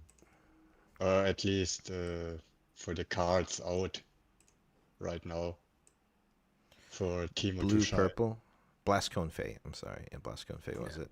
Yeah, you have you have draw and shine, a lot of stuff to hide there, but a lot of stuff you can hide don't cost really much or Yeah. do really much. I think that is Even a great point. co- You're right. and the You big know, issue what they did, the strongest card nerving. the They, strategist. yeah, Yeah. Yeah. Yeah. the strongest card in this deck strategy, what in my opinion is one of the most unique in this card game. Mm-hmm. They just destroyed the strongest card in this Yeah. Right. scene. Yeah. You can't reveal it anymore from uh, You uh an don't get action. yeah. Exactly. It has to be defending now. So So no yeah. twice and no like with one Teemo could have two times the effect on stack just Mm-hmm. by revealing him from hidden, and now you just get only one time and you have to target something. That's yeah. Well, you have to target before you even find out how much you're dealing now. Yeah, they Yeah. make an errator for this card and destroy it. Mm-hmm. Hidden Yeah. Yeah. totally in Just my the opinion. removing the one word when I defend or I'm played from hidden, so it's no longer or I'm played from hidden. So yeah, that's unfortunate, and also like the other one is just kind of underwhelming. I mean, look at it. Like you're saving one rune to play it hidden. And when you play it, give me +3 this turn. I mean, it's okay. It's not like game breaking or anything. But Sometimes you can yeah. um, switch up your opponents, but like what other builds, Blastcone Fey -2. People really aren't expecting it. Sometimes you can like win the showdown with it. But other than that, consult the past, for drawing, fight or But, flight, for moving stuff around. but Essentially, one thing I want to come to BlazCon. Why I say it's just with wrong cards or not the right cards for this mechanic. BlazCon gives -2, right? yeah, But you know there is something ongoing because you see the hidden card. But you have with the same costs a spell reaction speed giving -4. In You know what I smoke mean? screen. And no Yeah. one can see it because Mhm. it's in Yeah. your hand. Yeah. Yeah, So that's true. I always That's a do when I that's a see a really good hidden point. card, I just move the unit back or destroy it, and then the hidden card goes away, and I'm safe. Yeah, Yeah. you're right. It is kind of like a hodgepodge of just like randomness, right? Like moving Yeah. units. There's no concise like battle plan for the hidden mechanic, right? Drawing cards. I think like Hidden Blade is the best hidden card in the game, arguably. Yeah, but you can't play it Um, in Chemo. yeah, obviously, and that's That's the why thing it's a that is wrong just really color. awkward. Yeah. So yeah, I think we don't really need to talk too much about Timo. It's I just, think the just color really combination awkward. has a lot of progress, but it just needs more cards. Yeah, I Uh, agree. It needs more hidden stuff. It needs better. yeah. I do Uh, think he is like significantly better than Garen, but that still only gets him to C tier. yeah. I was gonna put him Yeah. either But I next to think Garrett or at C With tier. the new with, ruling with But an, I about like the aesthetic of the deck, right? I do like the fact that like he's a Yordle and like he really is like behind this whole hidden mechanic, right? He's like that's like his main thing, um, and but it's just like you said, there's just other decks that are just much better and their mechanics just trump any type of hidden. And when you're going Right. against like a volley bear, the -2 or the 5 damage to a unit isn't really gonna do much, honestly. So yeah. so we're gonna put him at C tier. But the color combination isn't that bad. I think that's the point of Timo so a little bit. The legend ability isn't that helpful, but the color combination, in my opinion, is really good because we have something for the early game in Mhm. purple and a little bit more for the late game in blue. It's not the best combination or something, but it's not bad. And with Yeah. another legend ability, we could have a great deck here. Yeah. And Oh, pairing blue with purple makes Mundo a really big threat, really, really quickly. Let's talk about that for a second. Uh, I feel like no one really plays Mundo, but that's actually like an interesting card that I was like looking at. So just really briefly, it's just one of those weird cards, right? yeah. It That's just just gets kind of like really, really hard. big. Yeah. So Um, Mundo is what my might is increased by the number of cards in your trash at the start of your beginning phase. Recycle 3 from your trash. right. It's cool. But High purple cost has though. all of the discard to draw. It Mhm. has all of the like it has stacked deck. Like so much of the cheap interaction Mhm. is in blue purple. It's very easy to just throw a bunch of cards in your trash and get a ginormous Mundo. Yep. And then you also have Ride the Wind, so you can even make him faster. Like imagine That's you true. ride the Wind to Mundo into Windswept Tillock, and then you're just like moving in between the two battlefields every single turn. It's just like smashing. There's It's like stuff there. Mundo It's smash. just missing the Yeah. it's just missing a couple cards on the purple side, Yeah. and then like unfortunately the Teemo Legend ability doesn't play into that game plan. Yep. Exactly. But like it's a really good color combination between the two. They Color work combination, really I well don't together. want to say I'm just for the hidden right now, because yeah, in my opinion, because why should I hide a card when another card makes the same but has reaction speed and I can play it direct from the hand and my enemy don't know what I'm doing and can't do something about this. Yeah, but That's that's what like a I'm really meaning. good point, Oni. Yeah, like we have a hand, so yeah, people also can't see there. If you don't get 5 times Mind Splitter, then you Yeah. should have a hand. Alrighty, so moving on along, let's talk about Lux. So, Lieutenant Dan, any thoughts on Lux? yeah. That's your shine. S tier above set. Just time warp. Yeah. Okay. Hollywood. When we look at Lux, I guess one of the big topics is that it's not an obvious way to build it, but maybe the ability is an obvious way of giving you an idea what you want to do, but Yeah, you play it in a control there strat are with big spells. Yeah, right. Like yeah that's how you use it. I guess we now realize how good, but for example, Recruit of the Vanguard could be as an 6 cost card that costs nothing in power and Yep. give you units to conquer and also let you draw. Giving every high cost spell Draw the draw one. one Yeah. effect is so damn good, Mm-hmm. but yeah, obviously you have big flaws in the early game. The early game, you will never be ahead with a Lux deck against a good deck. That's one thing you have to accept, I guess. Mm-hmm. And the comeback and late game um, stuff is yeah, you can compare to Aurora decks where you trying to not die in the early game and then dominates the late game. For me, my last tests and deck building showed that playing a lot of big spells is maybe best way.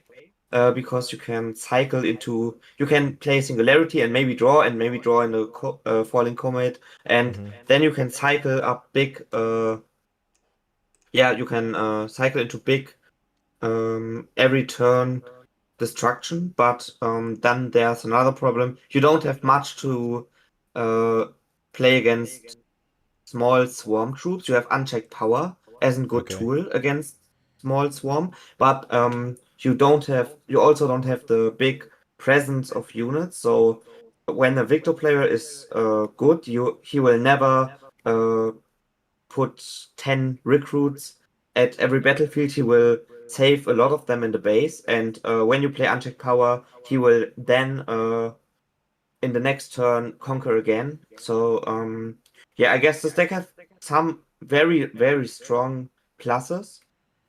It's in my opinion maybe better than works better than any with the spell synergy, but Yeah. yeah, it's like high risk high resolve maybe, and yeah, when we get more access to mass removal cards and maybe mass removal in the base cards, that that could be easier higher cost card that's also synergizing with the Lux ability in the next sets.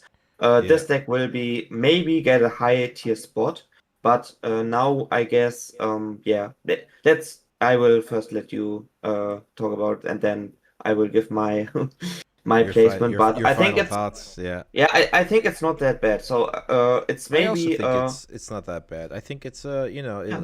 in terms of like you know when you compare it to any other type of control deck and other TCGs, you know you're looking at like Azorius Blue White. It's very similar. You know, just a bunch of removal.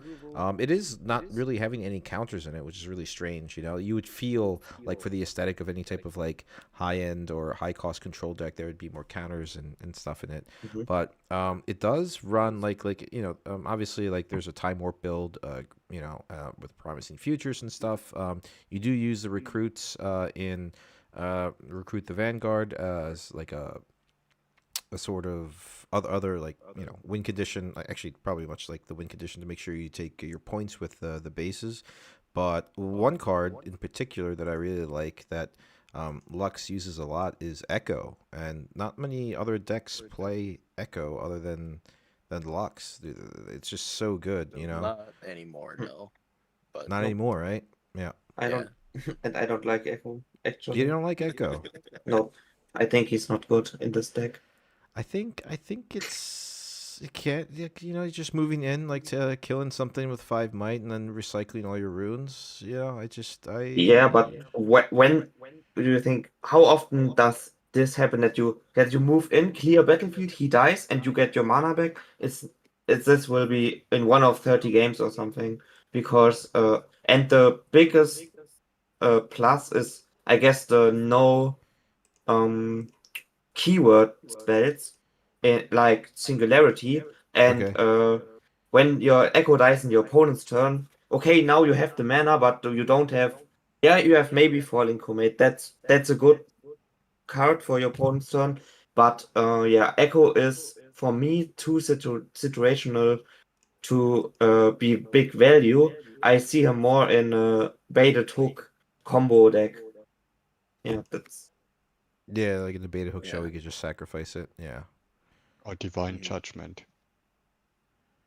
Well, Divine Just want Judgment to doesn't mention this it doesn't card. kill the unit, but Divine Judgment is a very we've had to experience that thanks Yeah, to Dan dude. before. I It's a very scary card. It's a weird card, but I guess so for Lux, I guess it's not so bad if you keep your Luxes. You have 4 mana, no, 6 mana instead of Yeah. the Mhm. others, but just a little bit fun. I think what I see here is she has a lot of combo potential here with this color combination Mhm. and with her ability. So, Yeah, I you think know, you the have main in blue reduced cost for spells, what makes it pretty decent. So you can play the big spells cheaper, but still getting her um, legend effect, right? I believe so. So that makes yeah, cool. And also the what I like, I think he's pretty underrated is Kartus. Doubles the Death Knell trigger effects. Really? You think Karthus is a good card? I think he will be. Yeah, There just Yeah, isn't enough Death Knells yet. agreed. you think about 100% agreed. Yeah. um Watchful getting Sentry. like yes, drawing 2 instead of 1, or getting from the one other yellow card, giving you Saurian Scout gives you the The two rune. Yeah. runes, yeah. I just don't the think recruits. there's. Oh, you mean So there's Machine potential. Evangel? Yes. Oh yeah, A Machine Avenger is double also really double good. effect of this, and then you coming in with grand strategy. Having that many bond units and then come with grand strategy, it feels good. It looks good. Mhm. Word. I think the So main I issue is that it's like Teemo, where yeah the right cards for what the champion wants to do aren't here. Mm-hmm. Is the main thing. Is She Lux wants to wants to play be yeah big playing a lot of these spells. she wants her spells to basically cost exactly 5, and there's really only one good one that does that right now. and then keyword, right? Action or reaction at Falling least, Comet. so you Yeah. can draw an opponent's turn. Yeah, I Yeah, think Lux would be much better if she had a reaction 5 or higher spell, yeah. yeah, for and that sure. just doesn't exist right now. Yeah. Mm-hmm. And like, Sadly. what's the win conditioning with Lux too, right? Um, Because we do have to score points, right, in order to win the game. There's Mhm. not just like Well, Drawing I mean card. that's the hard part because like the best win condition for Lux is just time warping 2 times. I've experienced Uh, that. Me too.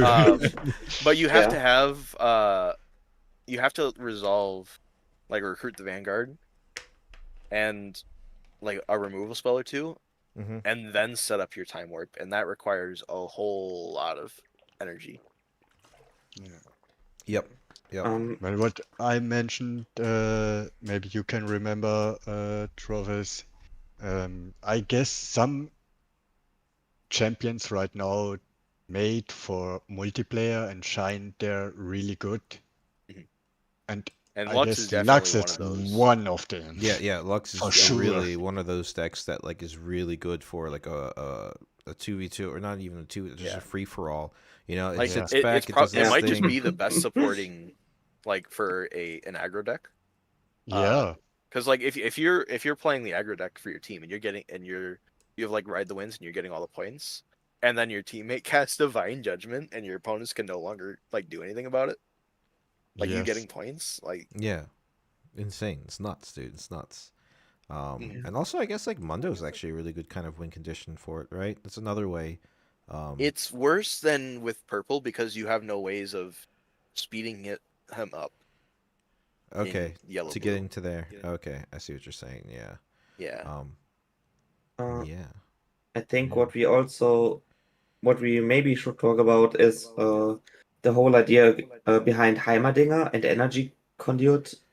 Yeah, Oh, that energy conduit is like one of those conduit. Yeah, gears that's just really good because it's the reaction speed. So you yeah. can commit that to your reaction spells as well. You know, that's kind of crucial. The thing is, like, what type of reaction spells are we playing with? All of the Lux though. reactions right now are small, like Mhm. they're smaller spells, Yep. and they're good. Yep. They just it doesn't benefit Lux doing it. Mm-hmm. Yeah, exactly. I guess Smokescreen is a safe 3-off because it's one of the best cards in the game. But until but when you look at other cards, I Heimerdinger is a don't cool see card. Hidden Blade, for example, in Lux, because you can have some recruit cards and get a little swarmy, but I don't think that's argue enough for Hidden Blade, because also Hidden Blade is against stuff that's one of the only things that Lux do phenomenal, and this is dealing with higher units.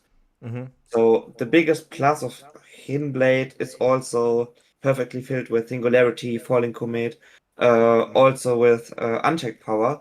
Mm-hmm. And but I love Lux, and it's maybe my main deck for the first set. And I will make her I will make her work, and maybe a Heimerdinger Energy and Seal as an ultimate multi-tool card will also be important, because Yeah, that's we the other haven't thing. talked. Oh, You only see Heimeldinger in Lux decks for yeah. the But most. Yeah, no, I mean I've never wonders seen it in me a any other little deck. bit because he gets the ability of all friendly legend units and gears has tap effects. Mm-hmm. And also I guess Kaiser has tap effect.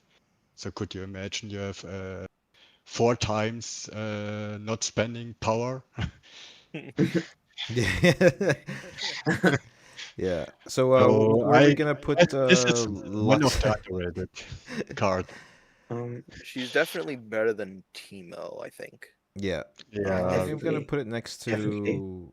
I think I put it next to I Leona. would, Honestly, if Yeah. me too. I I would think. say So at the moment B tier, but the higher one, she's also climbing right now in the official. Yeah. Yeah.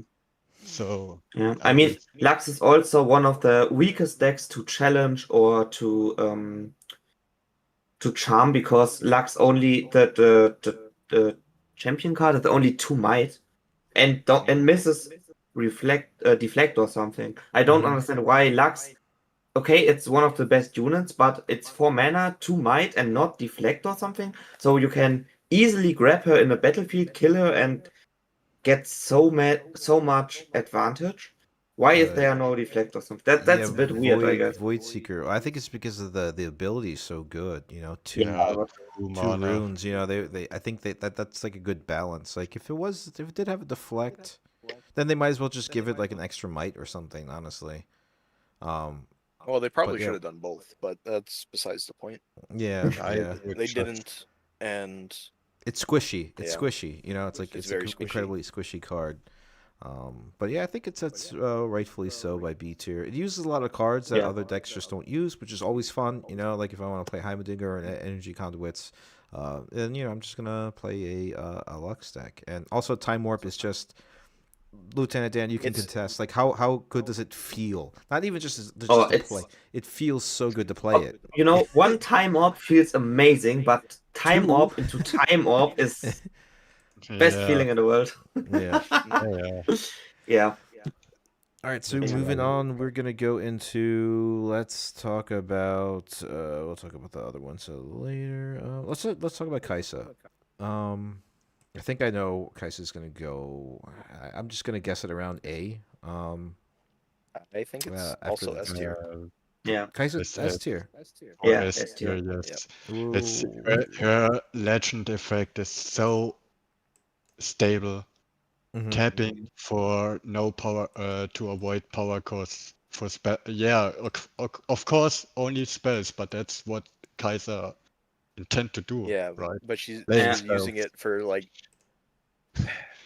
if you go and actually think about what the 10 best cards in the game are, like 5 of them Mm-hmm. are just the staples of Kaisa's deck. Being So champion unit Smokescreen, Kaisa. Yeah. Smokescreen, Falling Star, Champion Unit Kaisa, Yeah. Darius, and We, Watcher. and we have buffed Falling Star and Kaiser, by the way. Yeah, Yeah. That's crazy. it, And Yeah. Watcher. that was then a Yeah, dope you're Watcher. right. It's Yeah, so yeah. like- it's so the deck that has been sold on is just so good and so consistent. Mm-hmm. It almost always has more cards in hand than you. It has more removal. Yeah. And the bodies that playing it does spells play from everywhere. deals very well with what's played in the meta. Yeah, yeah. I think every red deck plays Kaisa just because it's good. You can accelerate it, It's so good. conquer, draw Yeah. a card. You know, it's I do not understand why it doesn't have a power cost in base. yeah, me Like, to too, just right? play it out. Neither. It's kind of It's like crazy. absurd. It doesn't have a power cost. Yeah, and I agree. It's just like that resource management with But- Kaisa, right? You gain access. You gain a lot of tempo, with a lot of spells that you can play. And you know, it makes Smokescreen as losing reaction no speed runes. free, right? The fact that it's at reaction speed is insane too. Like that makes it Yeah. even Yeah. better. You know, like the fact that you can tap Kaisa at reaction speed is insane. Yep, Smokescreen becomes just you don't pay anything. Void Seeker is like you just don't pay anything. Hextech Rays, you don't pay a power cost. Yeah, just good, solid. Yep, I can understand why it's like top tier, and it's also doing in tournaments, right? It's like always like top 5 Yes. decks, right? You know, easily. Yes. Mhm. Really I think a lot. so if you go to the events tab, if you open that in a new tab, Oh, okay. on Piltover Archive, Kaisa is the 3rd most represented deck among what's on here is Okay, yeah, listed. that's right. It's Set, Yi, Kaisa, and then Victor as like the top 4 decks, which is about right. But Mm-hmm. Kaisa. we have seen Kaisa routinely outperform the other decks up here more often than we've seen. I think Set's like the other one that's like goes all the way. It's between Kaisa and Set for who wins the most tournaments right now. Yeah.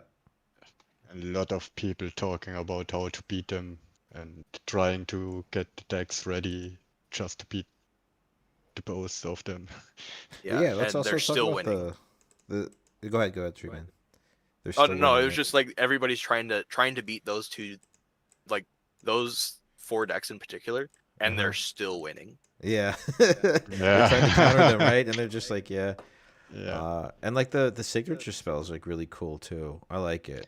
It's like Yeah, it's crazy. Acathian Rain is one of those cards that it matches up really well into half the and matches up really poorly into half of the other half of the game.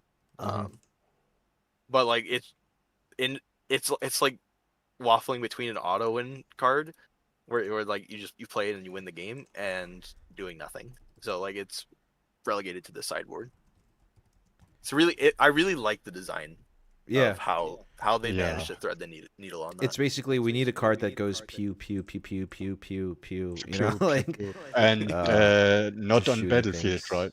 And you know, like yes, one other thing, it's like anywhere. which is really cool. What I like when they made this card, also like it just like attaches itself to the actual like aesthetic of the character, right? For those that play League of Legends, right?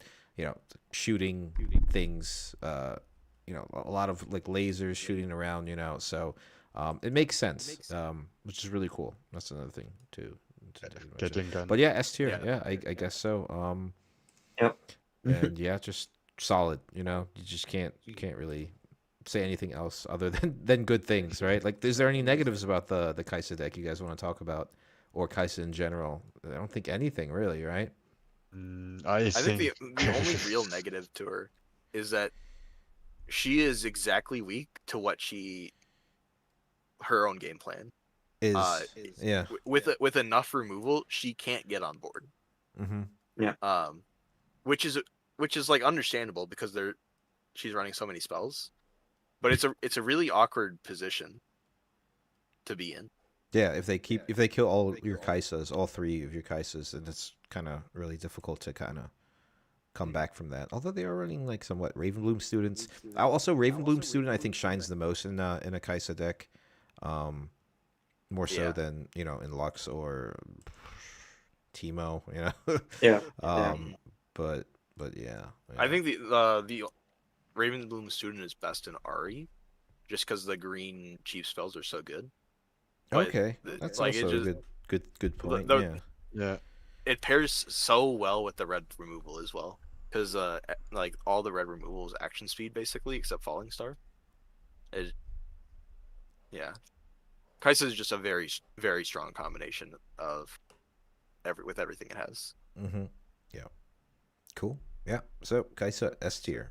Moving right along, let's talk about green purple boy. Yasuo. Oh yeah. Probably my favorite multiplayer legend. Yeah, Especially now with because they officially finally eroded him, so he can slingshot in your partner's units in 2v2. Oh, they didn't. I completely missed that. We didn't even talk about that. Yeah, so that well, because that was in the FAQ. Yeah. But it didn't actually change anything for 1v1, so it's not like the biggest change, just because the multiplayer formats aren't front and center. But it is really important to be able to like officially do that now. Move a friendly unit. Was that what changed? They changed it to friendly. Well, it's the change is it's no longer to your base. It's to the friendly unit's owner's base. Okay. So I now you can move your slingshot teammates' stuff. units forward and backwards. Okay. Cool. Well, and also because of how they have like ruled the 2v2, you can activate the tap effects of your like teammate on your turn. So like for Victor, you can make a recruit in their base or to a battlefield they control on your turn, and you can also use Yasuo on your turn as their partner. Crazy. It's a very very weird thing that they've done, but they've allowed it to happen. Okay. What? You can use your opponent's legend ability in your turn. Well, your teammate's legend ability, specifically your teammates. Oh yeah, I mean teammates. Yeah. So like it's the same thing with Misfortune. You can give stuff ganking because it gives it to friendly units. Yeah. So a lot of these legends that target friendly units are very very good in 2v2. Same thing with Annie. Annie targets friendly runes. You can target your teammates' runes with Annie at the end of your turn. Like the 2v2 once it actually gets going is going to be very very good. Yeah, that sounds like a lot of fun. I didn't even take that into consideration that you can do that. Unfortunately, was the same with the topping any events though. Sona, right? You can untap. Yep. Same with Sona. Right, same with Targon's Peak. Very very good cards in 2v2. Yeah. However, in 1v1, I think Yasuo is once again missing something. Yep. Going back to actually the thing, like I think its legend ability is cool, like moving around stuff. I think it has like I don't want to call it like a gimmick, right? I think it just has a really interesting. Well, it is a gimmick, but it's a very powerful gimmick. When you combine like Green Yasuo and then Mask of Winning Games, like the things that it does are very very strong. However, it's missing like three. It's like missing 2 cards, and I don't know what they are. I think mainly it's just a good 4-drop is what that deck needs. Maybe stupid question, but Kaiser says reaction add power use only to play spells. Yeah. Yes. Is this also a card you can use in 2v2? No. Technically, yes, but Kaisa and Darius add it to like their owner's like energy or power pool. They don't add it for your teammate. So it doesn't actually change anything with them. You can use it's stupid because it's reaction speed anyways, but maybe you could use Kaiser to give your opponent a floating power. Do you mean your No, teammate? because You it mean only your adds it to teammate. yours. It only adds it to yours as the Kaisa player, so your teammate can't use the resources Okay. for Kaisa and Darius. Okay. I Okay. I really wish you could with like specifically Darius. It would be so funny. But Yeah. Dude, that'd be so broken, dude. It's like, yeah, add a rune, add a power, play Hextech Ray for free, you know? uh yeah, yeah. So I think coming what do back, you think is the better Yasuo though? Because I think I see less and less of the attack, the green. Like the you move green one. Yasuo, like Treeman, your move Yasuo deck, like you won the game, scored 3, or was it, how many points did you score? 4 or 3? I think it was a while. It was like a couple weeks ago or something like that. And you won the so game sneakily. yeah. You know. I was using green Yasuo. Uh I if you're going to like put two purple decks together, I think purple Yasuo is a better like champion, like chosen champion Mm-hmm. in 2v2. Um just because your opponent your teammate is also able to score those points on their turn with it, Yep. which And is play fight or flight. very Yeah. very Or silly. ride the wind. I'm sorry. Yeah. But green Yasuo is so strong in 1v1. And just in general. Like the main basically what all of the current Yasuo decks have like converged on doing is just I make my green Yasuo. I'm not really doing a whole lot else with my deck. I just make green Yasuo and move him as many times as possible and just Mm-hmm. try and just win off of the strength of that card alone. And what about the signature spell? What do you guys think about the signature spell for Yasuo? Last breath. 3 and 2 power. Ready friendly unit deals damage equal to its might to an enemy unit at a battlefield. So does that stack with Yes. its effect, You're right? doing Yeah. this before you moving it. You Or ready you the move, unit, use it, and you then move again. Yeah. you damage, and then you have a ready unit. Mm-hmm. So his signature spell shoots. Yeah, and then you just want to move No, him into and another the battlefield, do the damage damage is again. Yeah. Yeah. it's I not think combat damage, no reset. So that means even if they survive this card, you move with the green one, and surely something die. yeah. The main problem with Last Breath is not that it's not a good card. It's that it's worse than Zenith Blade Mm-hmm. and it's worse than Ride the Wind. That's the issue. Is that Yeah. It's a little pricey too for what it can do. well, it costs 2 because it's like dealing damage and it doesn't have to be where the unit is. It just like you do damage to a battlefield, but your unit does not have to be there. So it's actually really good. Oh, okay. So yeah, it's an upgrade from challenge because they don't fight each other. Yeah. Okay. I see Right. what you're saying. Yeah. It's one-sided. It's one-sided damage. But it's kind of weird because there's almost no reason for it to be action speed. True. Right. Like you just if play it it. if Yeah. it was reaction or just didn't have that keyword at all, I think there could have been a stat line where it was better than it is. But 3-2 action speed doesn't really do anything for it.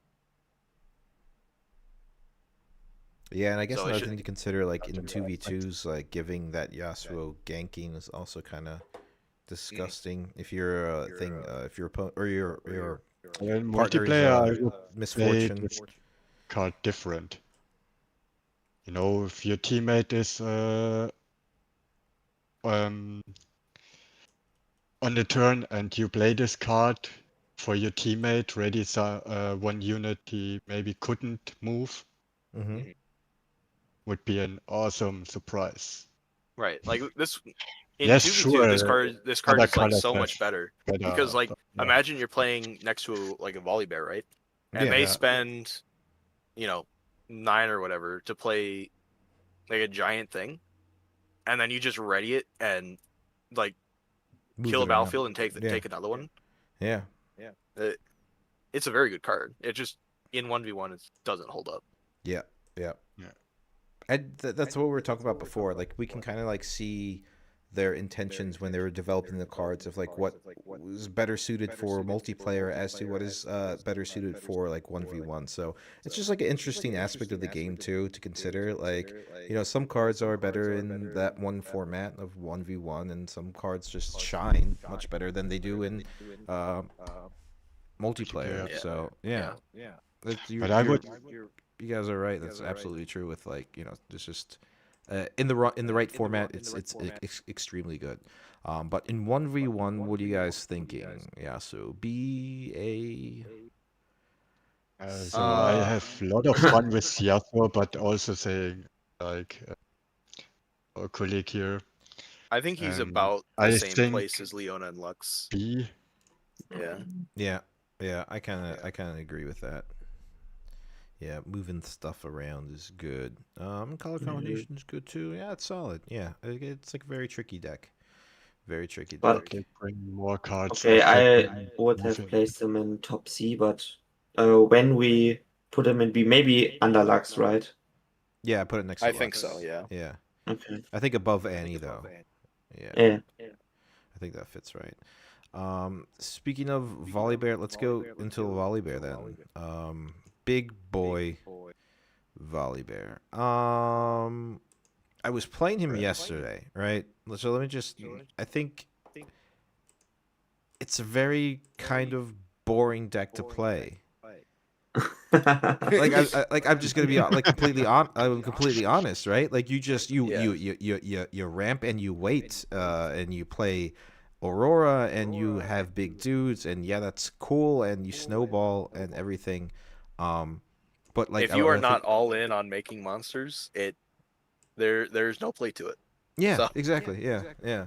I mean I think it's scary to go against Volibear when they start like playing things big, you know. But like as when I was playing yesterday against Oni, right? I was just like, well, this is boring, you know. Like it's just like not, and it's not hard to navigate. So for like entry level players, I think it's like by all means like play it. I think it does have ridiculous cards like in Stormbringer.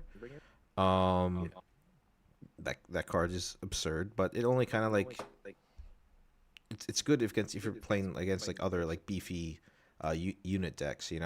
Sky Splitter is something that the deck also runs. That's like also good, and Volibear is scary. Like the champion unit is scary. Like both of them are. The Deflect 2 it's the only card with Deflect 2, I believe, right? yes. Yeah. And it's also the current. Yeah, there's no way to give deflect to. Mm-hmm. Because the only card that gives deflect doesn't give it if it already has deflect. Yep. Yeah. Yeah, exactly. But yeah, I just it's a decent deck, but like I was just saying, like I don't really have much fun playing it. If that makes any sense, like Yeah. No, it's perfectly understandable. It's too straight. it's very two Forward. dimensional, basically, right? There's not much there's no tricks to it. Like what you're Right. going up against Which- when you're Which playing is a a Volibear very deck. dangerous way to build a deck, because if it's good, it's too good, and if it's not good enough, it's basically unplayable. Yeah. I think Stormbringer and like Sky Splitter give it enough texture to where it's not necessarily stuck in that that binary. But even so, this is another deck that is just Multiplayer. it Yeah. it's a B tier deck. Yeah. It doesn't move up or down, and I almost don't think it will move up or down ever. You'll just Like be right unless there they where it was. unless they Yeah. print a new 5 or 4 drop with 5 might that is just ridiculous in these colors. That there's not really anywhere for him to go. He's kind of just where he's at. I agree. Yeah. I think like since the game has come out, right, or like been revealed, the cards have been revealed. Also back in the days, like with Pixelborn, the deck has been the same. It hasn't had much changes. It's the same it was when the cards got revealed, and it's the same after like two months, right? And because no changes have been made with the cards, even though all the cards have been released, it's exactly what Treeman said. It's just stuck there where it has been, So in 2v2 or multiplayer, it's also kind of like cool to have an opponent with big dudes. So it's kind of decent there, Yes, but very. Volibear, Because this but we legend effect makes it obviously how to play him. So you have really not much option. but I guess we have to mention that this is the it's not the best Aurora deck, but it's The the first, best deck it was the first. to Yeah. to uh to get straight to it. And we have red as an very good early color for early games, and good access to mid and late game cards. So it's a big plus for this deck that you have the early removal cards, and we have the buffed Falling Star in it, by the way, for mid game. Oh yeah, that's Um, true. Yeah. yeah, and we I have think access to one of the best big creatures with what is the name? Dead Bloom Predator, and yeah, Kadrigan. that, Yeah. that's amazing. yeah. So, Yeah. and I guess Stormbringer is one of the Mhm. best cards in the game because your unit you don't have a risk of uh trying to conquer and then use the spell. You can let them sit in the base, use Stormbringer, and also having Stormbringer in a Aurora deck is very nice because we see other examples for cards like that in Aurora decks, like the Misfortune Mm-hmm. card. What is the name of the Misfortune card? The The which special card of air of her Bullets. bullet Cannon time. Barrage, or Bullet Time. Yeah, is it Bullet Bullet Time? time. Yeah. Yeah, I Bullet guess. time is a really interesting card that I Yeah, can't wait to talk about when we I get there. like it. yeah, It's and I funny. think in Aurora, Stormbringer is better than Bullet Time. So that's another point of what I think makes Volibear a good pick, but I guess we are all agree that it's not a extreme high tier deck, but it's not bad. Yeah, yeah. It's Yeah. not like amazing, but it's also not bad. It wins games. Yeah, But it's just kind of just like stuck in the middle. Like it Yeah. doesn't. Yeah, yeah. It hasn't seen much innovation. Is the word I was trying to look and for in quite no some one, time. So yeah, but no we'll one see. can. We'll see what will happen. So Volibear, I think maybe C, maybe behind Annie No, at no, no. B. I think behind Annie at B. Actually, no, above B, above Annie. What do you guys think? I think it's in For, B somewhere. Where exactly, I'm not I sure because damn, it is one of the I need decks a that tier has list. it like The stream is behind. it has There it is. performed higher than Leona and Mm-hmm. Lux. Yeah, Uh, yeah, yeah. I would definitely put it so I think higher than like Yasuo, obviously, and maybe for I Lux or Leona. honestly I think it should be the top of B because like Yeah, it's one of the yeah, only decks here that has put results into multiple tournaments. yeah. Okay. So it's done work, yeah. And we Yeah. didn't even talk about the legend ability. The legend ability is also really good. Mhm. Just strong. Yeah, it's basically the legend ability is just Kaisa, Mm-hmm. but for 5 might units Exactly. Yeah. is kind of how it ends up working out. Yeah. It's even better because when you use Kaiser and not, it's like a little bit of floating. If you don't use the Kaiser, Mhm. uh, Yeah, mana it or doesn't power, benefit you it from not doesn't. using it, Yeah, whereas exactly. Volibear And does. when you play a unit without power cost, you get the effect of the Volibear legend We make ability. plus. So yeah, Mm-hmm. it's an advantage ability, and advantages in every TCG very good. Mhm. Alrighty. Moving on to the next one. Speaking about bullet time, let's talk about Misfortune now.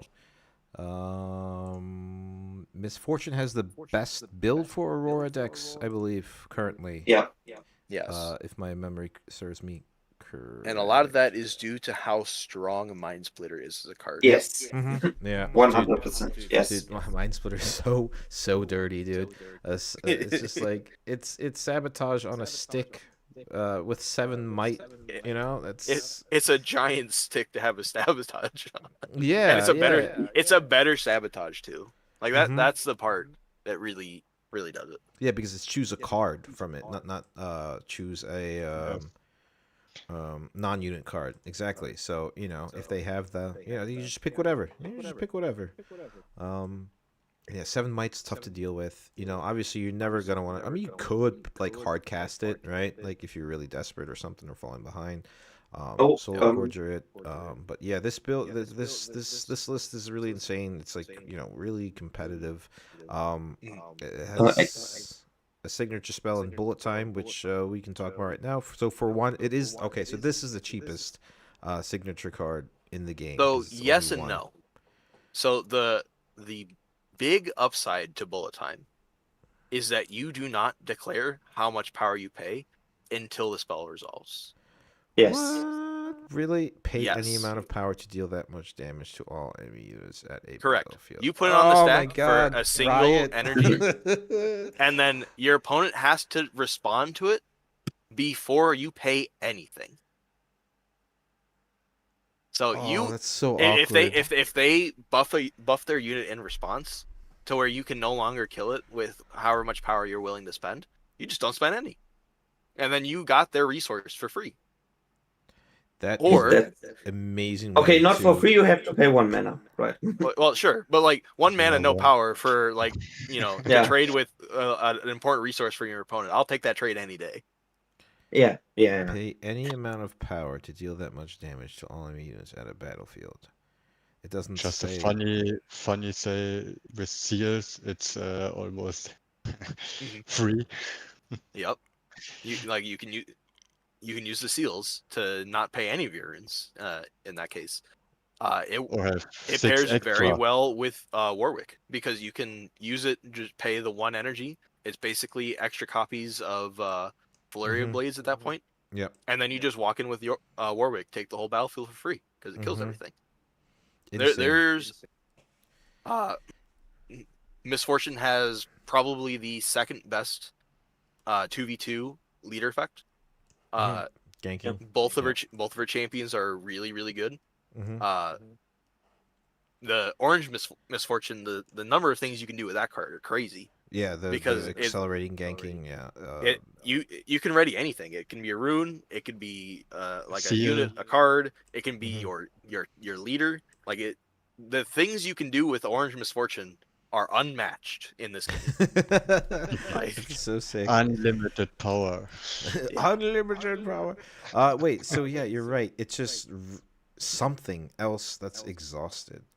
I love that wording, dude. Just something else. It's like pick something, you know, like. Well, and it's also not limited to your things or friendly things. Yeah, that's true. So you can ready your teammate stuff. You can ready your opponent stuff in weird edge cases. Like, yeah. I didn't because she's orange, she has access to all of the strong orange early game. So she's very close to a very viable aggro deck, as well as also being the premier Aurora deck at the same time. Yep. There's a lot of potential with this deck, or with this leader, with the champions, with the signatures. Everything's really good. Different playstyles, right? I saw different misfortune, some with cheap aggro, spamming, let's look at high reward, high spending with Mind Splitter, and also I saw reanimating. Oh yeah, I Possession. also played I saw a almost mono. everything there. Yeah, like a mono purple deck, right? That's also kind of like relatively good, where you're playing that vanilla card, the 9/10 Mountain Drake, dude, the big boy. Or even she also benefits from like mono purple runes because she still gets to do like mobilize and catalyst of Aeons. Yep. So that you can still ramp into some of the stronger late game purple things like possession. And just it's really good. Just very versatile, right? With the color combo and the card she has access to. That's very true. Orange. And I think this leader will be very scary in the next couple sets. I believe too, yes. Alone, because they also have Quayana, I want to mention. Sometimes underrated card. Deflect, and if you conquer, you have the decision drawing channel a rune. Yeah. So it's so crazy. I think another aspect we have to talk about. We talked about that this deck is the best Aurora deck. You can, and then I would disagree in one point of the start of the discussion. Mind Splitter, you can play Mind Splitter and you do it. We saw it in the last tournament a few times to pick out counters against Aurora. So remove gear removal out of the hand of your opponent and then play Aurora was a play that I saw many times in the tournament Oh, I okay. watched, Yeah, and yeah, yeah. it's Nice so point. amazing. You have it's ridiculously good. You have Aurora and your opponent. Okay, let's say your opponent draws in 2 turns the counter for it, relatively fast. You have so much advantage that you win. And I saw Or players you don't even need to get to Mind Splitter too. You can just invert Time Lanes their interaction away. yeah, Like yeah, it Yeah. the pieces this deck has like are so good So for flexible. every single play style. yeah. It's just I think it's missing like a couple cards for each of them, and once Yeah. it gets it, it will be at the top of the board. Mm-hmm. Yeah. Yeah. We have to maybe we have to talk about a lot of the positives of Misfortune. Maybe one negative is that the ability is crazy good, but it's not an advantage ability like many other top decks have. Victor have board advantage. We saw Kaiser with spell with mana advantage, Mm-hmm. basically. Zed with field advantage because he can protect, and Misfortune having that obvious advantage effect in her effect. Yeah, we know that her effect is crazy good. No debate about that, but it's not the It's advantage giving like the other it's top not decks. S tier. That is correct. Yes, Yeah. It's yes. somewhere below Not for there. 1v1, for sure. Mhm. Yeah. Yeah, but yeah. the I card agree. pool is so good between these two colors. They I Yeah. So like I actually the combination purple and body is so chaos and body is so crazy combination. So it looks like we're putting Misfortune with in front of Set, or I think so. What? nah, uh it's I A think it's tier. slightly Set? below Ari right now. Yeah, Slightly below I'm Ari. agree. I'm agree. Okay. That It is this game's potential, man. Okay. This color combo, this legend is gonna direct the game in a certain path that's gonna make it blow up. Yeah, I think so too. I think it's fun, and you're absolutely right. Like just all the things you could do is very fun, right? It's an intuitive deck, right? It is the anti volley bear because it is not boring to play because you can do so yeah. many cool things. You know, like That's full and of it feels you good whole sometimes life. popping off these certain combos. You know that is like the big point of TCGs, right? I Yeah. am one that likes to have I like to like pull off combos. I don't just like to play one or two cards and win the game. I want to Yeah. show my skill by committing to so many different interactions, and that's it makes it's a legend that is going to make this game like very fun to play, basically. For Yep. hardcore TCG players, which I think is something that all games need really. Yeah. Um, Yeah. as a deck builder lover, because it's one of my favorite hobby with TCGs, building up decks and trying new combos, new stuff. Misfortune was really interesting because so many different ways to build her up, more than everyone other every days. Mm-hmm. You can go so many different decks with her. That was so much fun to build some decks. Hopefully I we had find. most fun. Yeah. Speaking of Yeah. building decks, let's go into let's see. Yeah, we'll just go down the list. We'll just go with Jinx now. Initially I thought Jinx was going to be incredibly strong, right? I think the whole Discord aspect, when the game was starting to get released, the cards are still going to be released. It did see some like downplay though, like it's not as good as it used to be, I feel like. It's just one of those awkward legend abilities where you don't have a hand to get its Yeah. its benefit, right? And then like not having the hands is also like just not good. Mhm. Color combo is actually it's the same as Annie, so you have the same card pool, right? Yeah. And I think more so than with Annie, in a weird way, Jinx uses red purple very, very strong if you're doing what Jinx wants to do. Yep. However, like 3 of the best red cards draw cards, which is not what Jinx wants to do. Yep. It's a very weird position for her to be in Mm-hmm. because, yeah, Yeah, it's a discard deck, right? And yeah, I agree. And it is like I guess it was supposed to be highlighted as like the premier like aggro deck, right? Cheap things, you flood the board Yeah. really easily. Like turn 2, you have crazy combos with Chemtech Enforcer and what's the other one that gets played if like you the flame Flame chompers, Chompers, exactly, yeah. pairing it with you can also pair it with the Noxus Hopeful. Mm-hmm. Oh, Noxus Hopeful, that's it. Yeah, yeah. You get extra value from Immortal Phoenix. Like Mhm. there's so many ways for your cards to go pretty far.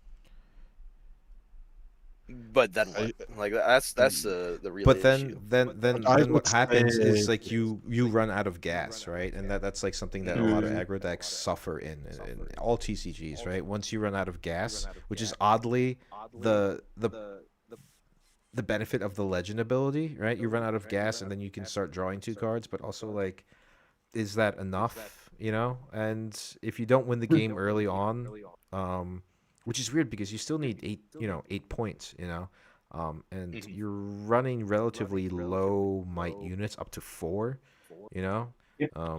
and yeah, it's just kind of like in an awkward position, like Tree Man was saying. Also, one thing to notice is that Super Mega Death Rocket and Oni, if you remember yesterday, it is susceptible to Defy, right? And that hurts the card so much, right? It's exactly 4 energy and 1 power. I think it's bad I don't because want it it's to cost more either, but the fact that Defy like shuts it down is like a big main engine of the deck, right? And it's a shame. It's a cool card because it's not aiming on the battlefield, what is awesome. Yeah. But hmm yeah, Yeah, like Lieutenant Dan if was it saying, got it's one of those fight, cards yeah. also that hit the base. Yep. Yeah. But what I'm missing in for Jinx, it feels like yes, okay, you have cards for discarding and get something out of this, like Phoenixes, something. But that's all. You don't have Yeah. really cards giving you advantage Yeah. that you really want to go down to 1 or less cards in this hmm deck. Yeah. Because if you, like you said, Trophies and colleague, yeah, the problem is if running out of guys, what then? What then? I If you think can't keep the board and keep the pressure on, have a safe board, nothing gets shut down, then you fucked up with 2 cards. Yeah. Thank I you think that I can draw another one. And the space also fits not for her playstyle. You want to accelerate and then you get space cheap, yes, but always with powers of runes. I guess the big point is that the game this ability of is good, but it's against the game plan. You can't when you play a lot of cheap cards because you wanna get rid of your hand and get a good early game and get a few points, but then you are able to draw cards with your ability in a good game. But then what you are drawing is other early game cards in the mid game or late game. And I think the way to fix this is maybe giving Jinx cards that are very strong, but for example, let's say 6 mana, 8 might discard your hand. Cards that are okay in the first hand because you get the effect even if you have 1 card in your hand, so you can discard everything besides this 1 card and keep it until the mid game. And it's a card you can draw in the mid or end game with the Jinx ability after you empty your hand and have a good card for the mid and end game. We're missing good cards that Yep. get advantage out of that the minus point must be discard your hand or do something that's already done when you are in the mid game with Jinx. And that's the problem. We play Yeah, against our game plan. I think it's incomplete. You know, I think the way the deck is supposed to be structured is just not there yet. We're just missing pieces. You know. Yeah. Yeah. And by the way, empty your hand to draw one card. Okay, you can play with Lux high spell and get the same advantage. So Yeah. wow. But you don't have to empty your hand. Go Progress too far. Progress Stay lets you draw 5 cards. Yeah. So. Yeah. I wouldn't go so far as just to hold on discarding. It could be alone worse if you can play stuffs really matters with cheap costs. So you can rip off your hand, you lower your hand, but you don't lose anything. Like, for example, units with 6 mites, but you have to has 0 or 1 card in hand, for example, and they have good effects or good might or something, but cheaper regularly. Because of the state, you have 1 or less hand. Then it would be also working, and you don't need to discard something, but you can play at least something out of this and make more advantage of her ability. But right now it feels like, what brings me another card when I just go and draw cards to up to 6 cards in hand, and then I have options to do. Yeah. I guess don't another prefer- thing to talk about also is like it's the only deck that actually plays Vi, right? And Vi is Oh, like I a saw. kind of like an underwhelming card. No, other can't. red decks do play Vi. Yeah, It's very does good. it? Okay. I Yeah. saw it Vice- in Vice Warfare too, in- also, Because you can get pretty big with Vi Yeah. in Jinx, and that's also like Yeah, a getting big threat. Vi up to like 7 or 8 is in basically any of the red decks is very easy. So a lot of decks are running 2 or they're sideboarding it. And it just you get to the late game and I need say 12 to take this battlefield. And I'll just do it. It'll be what it'll be.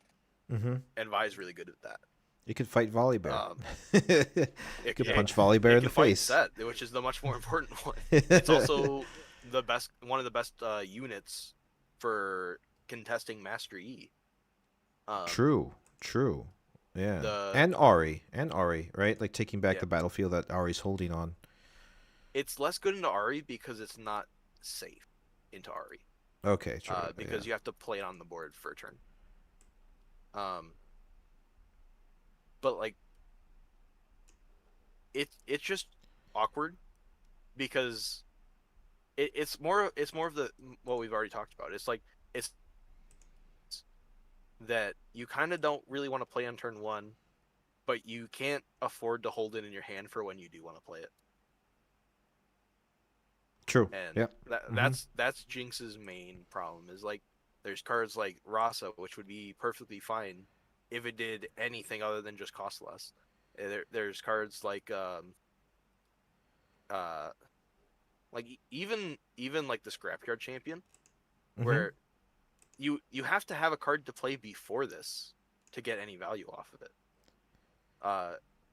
There's a lot of cards in this color combination that should work for Jinx, but just don't. That don't, yeah. And I think it's because of the discarding. Also, the other Jinx doesn't really see that much play. Purple Jinx. It's forgot. cool, I- nice, restanding, and Purple Jinx is missing ganking. with- If it had ganking, I think it would be a really good card. with Rocket Loop, it's insane. Conquering, discard the rocket for a rocket. She restands, moving her, discarding something again, discarding rocket for rocket. It's cool, nice to have, but just a gimmick, in my opinion. Yeah. I tried Yeah, it. I think it needs ganking. Yeah, that would have been better. Yeah, it should. It should have ganking. So where do you guys want to put Jinx at then? Sadly, a low B. It's probably I would still in the say. B tier because like it gets on board, and that's better than some of what other decks do. It's really good at taking back battlefields because pretty much all of its units have assault. It attacks for pretty big numbers. But it's like there's no reason to play it over Yasuo because they're doing the same thing. They lose to the same thing. Yep. There's almost no difference between them. Nah, I guess the first turns Jinx is more explosive potentially. Mm-hmm. And then it fails in like the mid to late game. Then it just Ah. kind of like dies off. Just runs out Oh, of gas. oh, Yeah. I have a Yes. I have a little problem by ranking this because I made my own tier list for me, and I put Yazoo and Annie in high C tier. So for me, Jinx is the top C tier deck, but in this list, I don't want to put her under Annie and Yazoo. So it's a little bit hard to place her now because Fair enough. Yeah. I think Jinx and Oh, there you Yazoo go. and Annie are not as good as Leona, Lux, and Volibear. For me, there's a bigger difference than only Fair being enough. high or low in B tier. For me, Jinx, Yazoo, and Annie are C tiers. Fair enough. So I think there's just a little bit more room between them and yeah, Timo than them and Lux and Leona, in my personal opinion.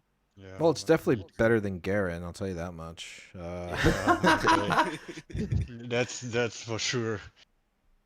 yeah. For me, Yeah, Jinx is better than Annie and Yazoo in Yeah. 1v1. So I must put her in B tier in this list. Cool. Alrighty. Fair enough. Jax in B tier. Moving on. Let's talk about Yeet. Let's talk about Yeet. Master Yi. What can I say about Master Yi? Other than I think it's really good. I just think it's really strong. It's also very boring. It is very Actually, boring to play. you are against. correct. You are correct. It is very boring to play. You have one unit at a battlefield. You don't even want to play other units at the battlefield. You Yeah. don't want to do any type of combos. You want to use spells, right? For some reason, like I don't know. I find it a little more exciting than Volibear. The it's just strong. Like I think it does work in the meta. Let's see let's like the events. Yeah, Events. in my opinion, it's a better version of, it's not the better version. It's the opposite of Ari. He's more aggressive, in my opinion. White Because, Flame Protector is Yeah. good. one unit doing so much in his deck with the mask.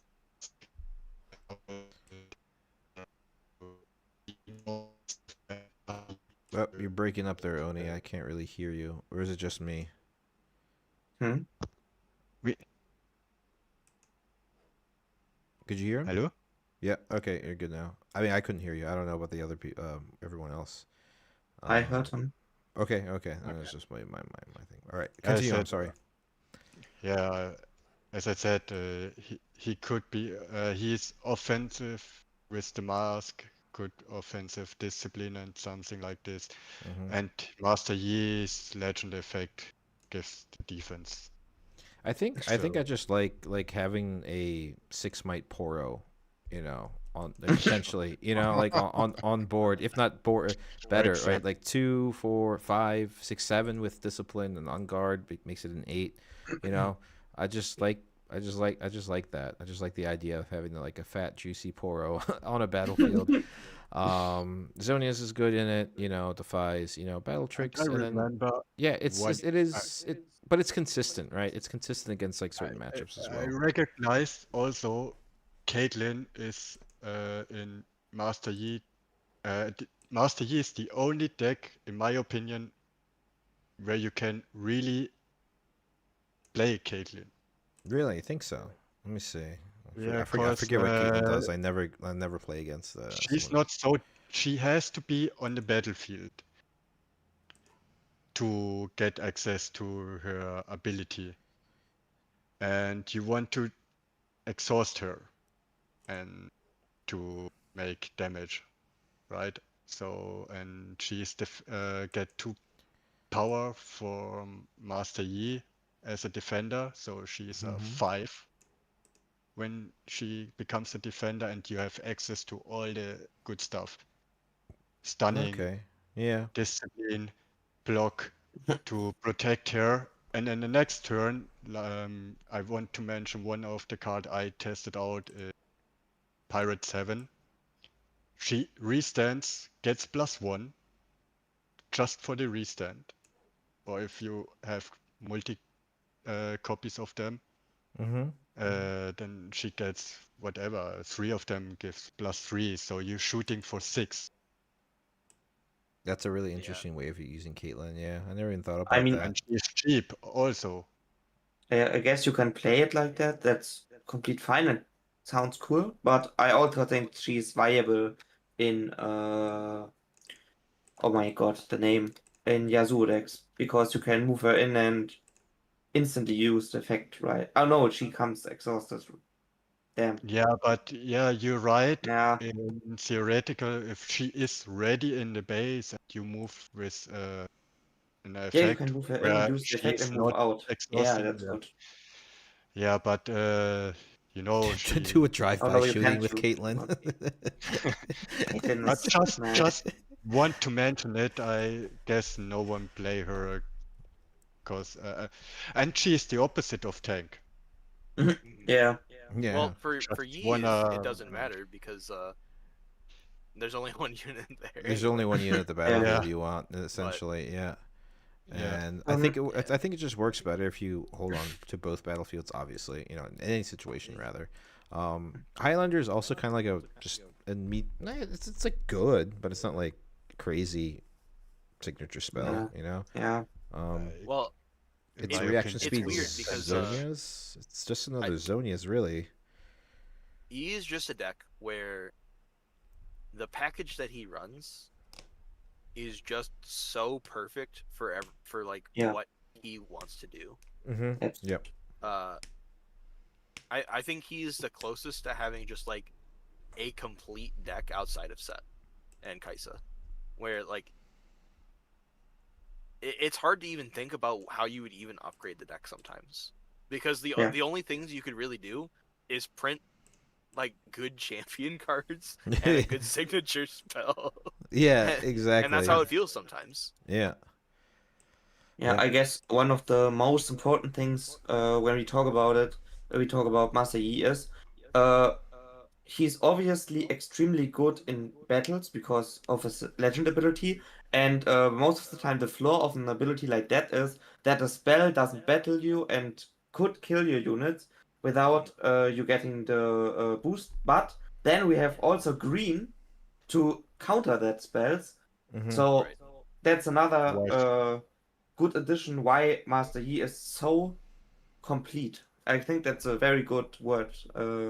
Yep. And you can always just boost it with Treatment you know, finds, yeah. disciplines and stuff. Primal Yeah, strength you if you need. disciplines primal strengths, the Yeah, and charm is defies. He's a broken. really good wind wall deck because he wants to hold up like energy for primal strength most of the time anyway.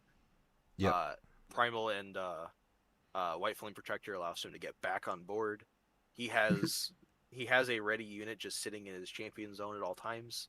Like Mm-hmm. there's a lot of That little can fly pieces around. Yeah. to the deck that are just because the game is so quick sometimes because you get like 2 points a turn. Mm-hmm. He has just enough to get to 8 points, and that's it. Yep. But that's all he needs to get to. Yep. Exactly. Yeah.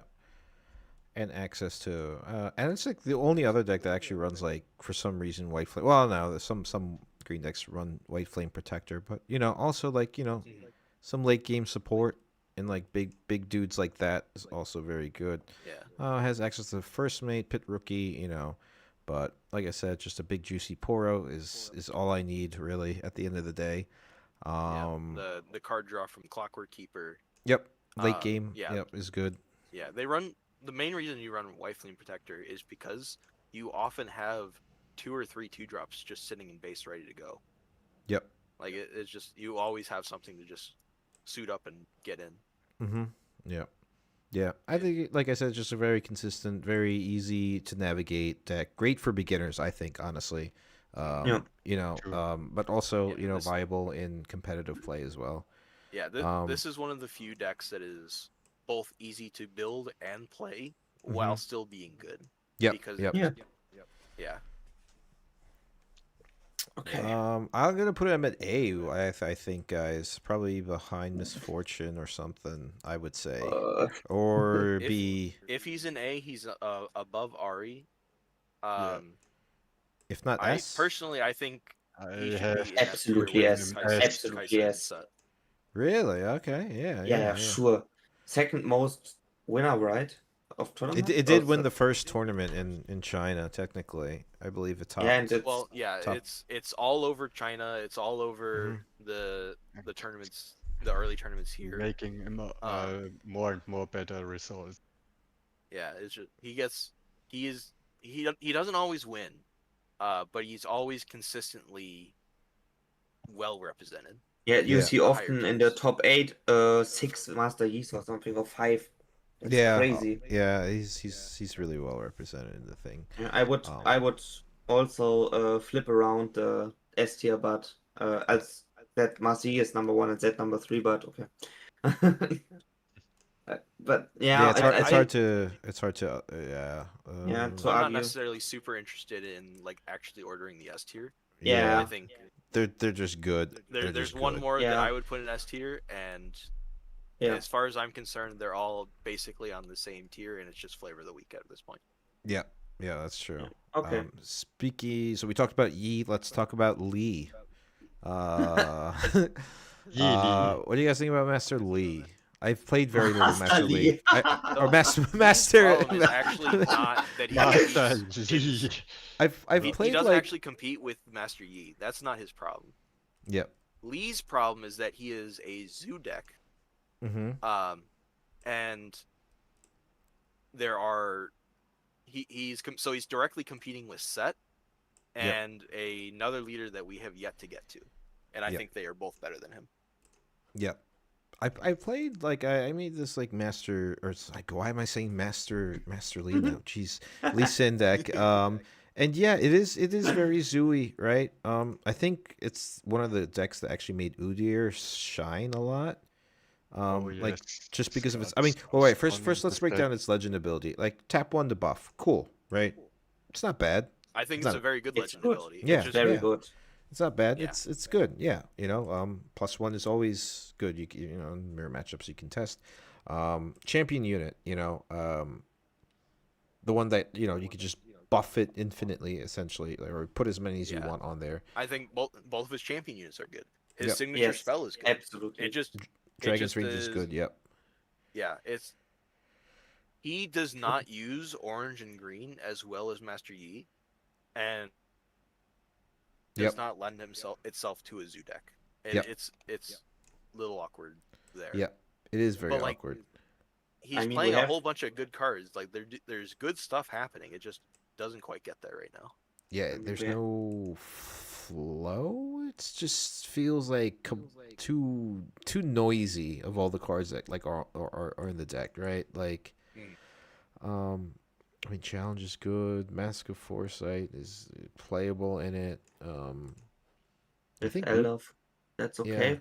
I As a like green I like option I for like buff. Udyr a lot in the Yeah, deck. Udyr is crazy good. Yeah, I I was played playing against it playing and with very like struggled against it. yeah. Yeah, and we have generally maybe it's harder for this deck in our ranking because Master Yi is so good, but we have to think about that this deck doesn't play every time against Master Yi. He also plays against other decks, and I think having the advantage of using cards that spending buffs to get good effects is he's the best in using these cards, and this is an advantage. I played a few games against Master Yi because Lee Sin because Lee Sin. because my one of my friends main this deck, and Okay. sometimes it felt very hard to come back against against an established board with the ability to shoot out damage with Udyr. Mm-hmm. And it's also a big point I found out for me in this game is that abilities, we also will talk about Victor in a few minutes. Mm-hmm. When you have one mana and you can't use this mana, you have an ability to give someone something with it. It's so good. Yeah. The mana curve is fixed every turn, nearly. That's an advantage you can't underestimate because Yeah. The holy curve shit, is actually really good. Yeah. it's so good. Mhm. So And I I, think I must think I think also like I agree. Like I played with Udyr, right? And then I was just like, oh wow, this card's like really good. It feels really good. Like obviously just spending the buff for the situational choices it has. You know, you can do it, and you can buff it like multiple times with maybe like Pit Rookie or even like Arena Bar, right? And then you can just use It's all of very them. easy to get a whole lot of value off of so many of the cards you want to play in the deck, Mm-hmm. and Yeah. you're almost never short of buffs with how many you can play. Yeah. yeah. Yeah. Um, Pit Rookie, yeah. Arena Bar, was it Stand United, right? Buffer friendly. Yeah, exactly. Yeah, yeah. So it with its aesthetic, right, of like buffing it, like it gets there, right, with things you could do. Also with battlefields too, right? Yeah. Was it Monastery Hilllock, right?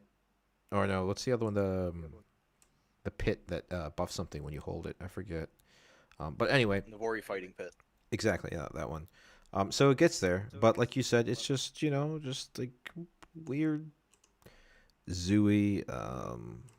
Yeah, it's There's not the just two zoo decks that are better than it, and that's yeah just yeah. the unfortunate truth. Mm-hmm. Yep, I agree. So we're gonna put Lee Sin at. I'll put him in somewhere in B, right? Like Yeah. between Yasuo, Yeah. Jinx, and Annie, like in that hodgepodge of I'll just pop in the middle. All right, let's talk about. We got two left. We're almost done. Let's talk about Darius. Um, I love Darius baited hook. I saw it on that Turn 'em Sideways, Rift Lab, Prismaticism made like a really cool deck. I think it's cool. I just really like comboing stuff like that. Um, I think it's very aggressive. I think it goes wider than Garen. It's just unfortunate that also its legend ability is sick, dude. I really like it. You know, yes, it is a legion ability, but adding one is like really good. Um, I think you can combo a lot of things very early game, right? And just baited hook. I think like baited hook is probably like the best way to play Darius, right? And the fact that baited hook can just run into so many different combos with Vanguard Captain, Spectral Matron, killing a recruit to pull out a Vayne, or killing a Trifarian Glory Seeker to pull out a Draven when you have a lot of points is also very good. And obviously the champion unit in Darius has a static kind of weird Legion effect that also is just like incredibly strong. And yeah, I just think Legion as an ability, although sometimes you feel like, oh, like I need to play two cards in order to make things happen, right? Not necessarily It's always so the case, easy to do but that. huh? It is so easy to play two cards to make Legion happen in this deck. Exactly, yeah. You It's have your seals, you have your so trivial. cleaves, you have, you play cleave, you activate the legend ability, and then you have an extra rune to play things. Yeah, it's not difficult. Yeah, and yeah, like obviously, it runs Kaisa too. So when you're popping things, and yeah, I just think like the curve is so, like, dare I say, perfect, right? For some of the cards that it Yes. can trigger and interact with, like Spectral Matron, like touching anything that's 3 or a power.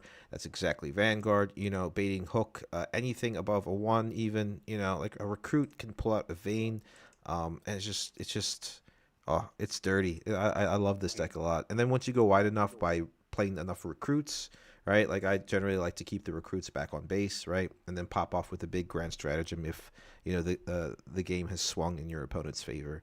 And yeah, I just think it's a really solid deck. I just really like it. Yep. So I agree with you that bait hook is probably the best way if you were to look at it. Mm-hmm. But Darius is also just the best aggro deck in the game. True. Yeah. Because it still has access to Kaisa and the other Mm-hmm. like good red cards, but it has the most explosive turn one going second you can have, Yep. which is any 2-drop into Noxus Hopeful, and then like you still have all of your runes for the next turn. So like you untap, Uh you huh. you get to do basically whatever you want. Yep. Whether it's accelerating a Kaisa, using a Void Seeker, Falling Star, Hidden Blade to draw more cards, like the aggro version of this deck is also just like it is the main reason I think why there's not other aggro decks, because this is the best version of Of an aggro in the aggro game. deck. Yeah. Yeah. Let's see where it Like is. you have the hard removal, you have the damage based removal, you have as many units as your heart can desire. Like everything you would want in a deck, Darius does. I Like for wholeheartedly like the agree. more Yep. aggressive, Also the more power aggressive you can like give, yeah. slants. And direct kills and many removals. Yeah. It does not run. The only thing is like the Darius's signature spell is awkward. I think, in my It can opinion. be sometimes, but the fact that it like it's still just so good though, Yeah, it does kill because the thing. Yeah, it kills the sometimes thing. you just need to kill Uh, whatever it is in front of you. Sometimes you just need to kill a thing. Yeah, yeah, I agree. But Yeah. yeah, I mean, I just think I've done videos on this deck. I think it's incredibly consistent. Like Treeman was saying, like the aggro aspect is incredibly good. Baited hook is my generally like my favorite way to play it. And yeah, I think it's just much better than Garen. Oh, One very good, yes. consistent thing about the deck. All right, and then so I mean, I would like to put Darius in A, but it would be like low A, high B. What I do you think it's guys actually think? at the top of A. Fair enough. Like it's very close to being at that upper echelon. I think it's Mm-hmm. definitely above Misfortune. Um, just because like I think aggro is better than the overwhelming like endgame right now. Mm-hmm. I'm not sure if I would put it above Ari or not. I think they're very very close. Mm. Yeah. I see Ari a little bit further than Darius. Fair enough. Me too. I would I would say even say they're like in the same spot for what Darius they is. do. Like Ari does an amazing job, just as much as Darius does for their game style or play style, I guess you would say. Right. I think they're on the same page, right? Yeah. All right, boys. Now I'm gonna let you guys go at it. But I'm just not gonna put least. Victor at S. Yeah, Yeah. I think that's like a general consensus. What are you guys' thoughts on Victor? So Sometimes when some builds it feels like he's not at S tier, Mm-hmm. but he has like the history of just being there. Yep. Like it's really hard to argue with it. yeah. I guess swarming is so good because we don't have much against it and we don't have much to hit the base, so yeah, you can it's build up bad. a big army and never get punished in a lot of cases. So and you have so many argues for others. You have all in Victor. You have to argue with the base, you have to argue with Swarm, you have to argue with paying 1 mana at the end of your turn when you have it to get something. Um, you have good colors, maybe one of the best color combinations, says the Lux player. Yeah, so many good argues for this. So for me, Victor is maybe he's a contender for the best deck. in my Yeah. Yeah. opinion. I think I top wouldn't top go 2, top 3 best legend ability. I mean, create a that dude. far, but But You know, I Legend would of say, you yes, always have cause something to do turn 1. yeah, it's also the only legend ability giving you a unit. yeah, Mm-hmm. Yeah. So that makes a bit strong. So, cause you have always access to not lose. What was it? From Call of the Week, cause you just, yeah, Yeah. each He's player one of the kills one unit and you just spam your tokens and never mind. yeah. And He, no he's one of punish, only cause no board removal. two decks that can consistently make 2 units on turn 1. Mm-hmm. Like Yeah, is more. If you well, think yeah, about he can easily do one more, card, but all like a lot people forgetting, it's Heimerdinger. You can make in fact 4. True. Yeah. yeah, there's Um. so much you can do with Victor, and of the weirdly enough of the top decks, I think he is the least explored because there's so much you can do. There's so many moving parts. I think that's why we don't see him more is because it's very easy to like do the wrong thing sometimes with Mm-hmm. like how you're trying to build. Yep.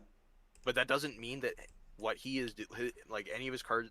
It's not like he's playing bad cards. He's not. It's not like I think it's literally just we're gonna have to take a lot longer to sort Vic out, and he's still at the top without having him sorted out. yeah. And I mean, I guess we are also seeing mid-range victors with singularity in it and experiments that work very well for the player. So yeah, that's a solid argue from you. Yeah. Yeah, I agree. I think what Tree Man actually said is actually really Yeah, intuitive too. Because of its legend ability, you're like, oh, recruits, oh, swarm, you know. But I think the more you see Victor decks, the list has changed significantly. I think actually from all the the decks since like the game has been released, you know, everyone has kind of its aesthetic that it plays with, right? And Ari's control, you know, you're moving stuff with Yasuo. With Victor, I think it has seen like probably the most evolution in terms of the cards that were there and are no longer there. Like I see like a lot of builds don't run Siphon Power anymore, right? And that was considered like one of the better signature spells. But then you just kind of like Right. don't really see it anymore, right? Because I think. we see a lot less of the aggro versions of the deck, and we're Mm-hmm. now seeing a lot more people playing the slower, more methodical control lists. Yep. Mm-hmm. So you're And having like your Riptide Rexes, you're having your Thousand-Tailed Watchers in there, you know, your your harness singularities. dragons. Mm-hmm. Yep. Uh, Yep. yeah, like there's so much you can do, and it's it can only get better. It's like Yeah. it's a weird thing. It's like how can a deck be so good and only the only room it can go is up. Yeah. I think we've only like kind of like scratched the surface of what they can do with some of the cards, the colored combinations, and yeah, I mean when set 2 comes out, we'll see what goes there. And yeah. yeah, Just you know. champion. And you know, His if that's champion your is play also style, like if you amazing. like token decks, then play a token deck. It's the only one that you could do. Like it's the only legend where you can play a token deck. You know, for the most part. I mean, Lux is arguably like a second place, right? You could play tokens with Lux, with Vanguard Captain and stuff like that. I guess Darius too, Aaron but too. yeah. Garen, no, no. Garen, you can play all the tokens, but you. Hey, But That you would that can. would be cool if you now that could we've like. placed everybody, even if we move down like Lee, Jinx, and Annie to C tier, Mm-hmm. I mean, for the most part, I think the set 1 of this game was pretty good, all things Yeah. considered. I think it's a very balanced format. Like everything, it like I like my tier list being top heavy for a game, where there's more things higher than there are things lower. Yes. Exactly. That's that. It makes for such a healthy like state of play, healthy environment of the game, right? Mhm. Because yeah, I mean, we've all played TCGs. There's some TCGs where it's just like, oh, why play any other deck? This is literally the best Yeah. deck. There's nothing wrong with it. It wins games all the time. So everyone just plays that deck, you know? And then the game becomes less fun, you know? Even though, and, you know, like there's been instances where I'm playing Magic the Gathering, right? And there's always like that one Azorius deck or whatever, just in that block, right? That just controlled the meta for, you know, a month or so. And then here am I going to tournaments and stuff, or Friday Night Magics, and I'm trying new decks, you know, to see how far they go, and they just get crushed, and the game doesn't become fun anymore. So that's a great point, Tree Man. That, you know, there's a lot of options to that we have right now, right? And I think that all in all kind of like goes and shows that we have like a pretty healthy state of play for the game, honestly. Other than Garen, you know. Yeah, and Garen Okay, was we very obviously like made to be weak, which is unfortunate. But Yeah. it's like it's hard.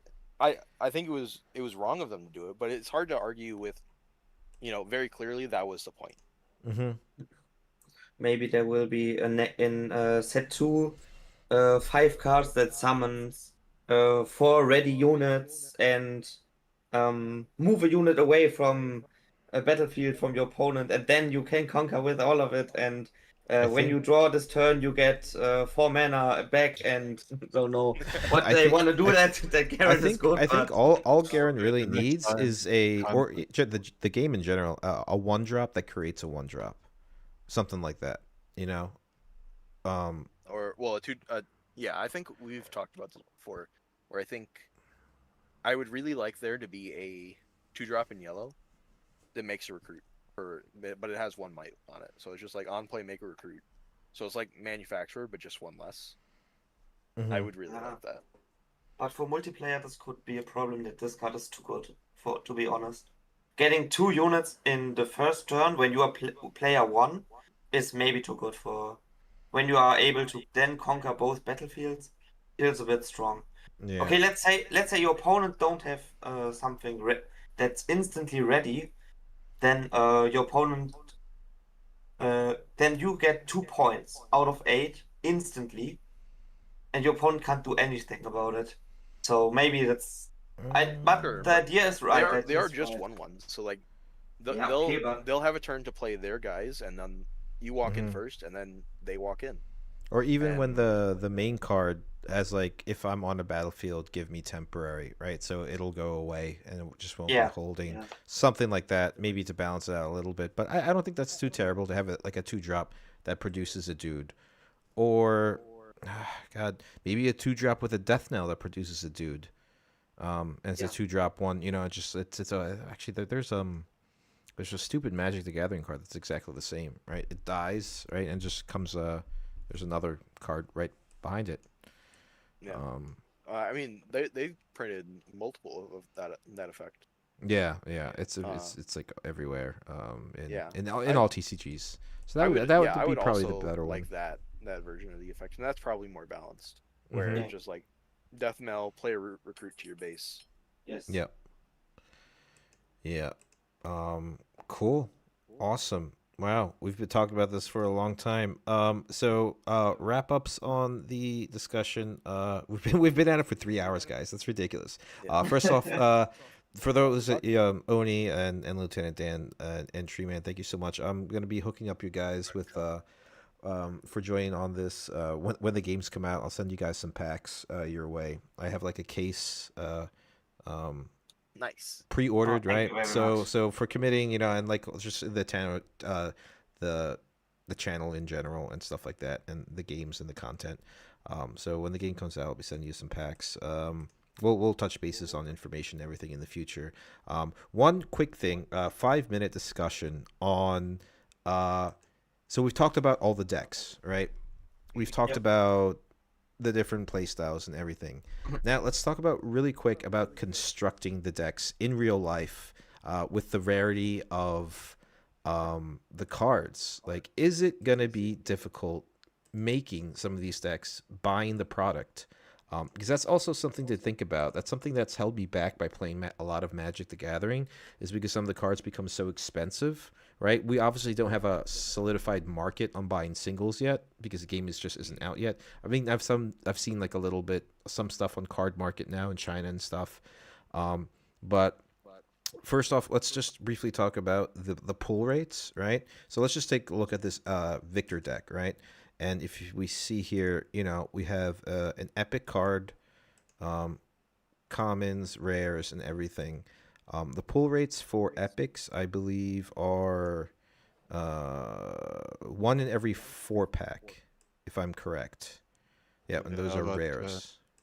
you So should mention Victor's trial deck available. yeah, okay. So you can pull so like, but like talking about like the other decks, Victor, let's just say like yeah. a set or a misfortune or whatever. Do you guys think it is going to be expensive to construct these decks in real life by purchasing the product? I guess. So I don't know how much you know. Well, I actually don't know much of anything about the European market, which is what you guys are going to experience. Mm-hmm. I know it's going to be probably worse for us in America than it will Yeah. be for you guys, because the first wave of set 1 was way too small. Yep. So it'll probably be it'll be similar to how the prices for Gundam were at launch year, where things are probably going to be like 4 times as expensive as they should be for a while. But before set 2 releases, there's most likely going to be another wave. So once we get into the second and third set, it'll be fine. But before then, I'm worried about it.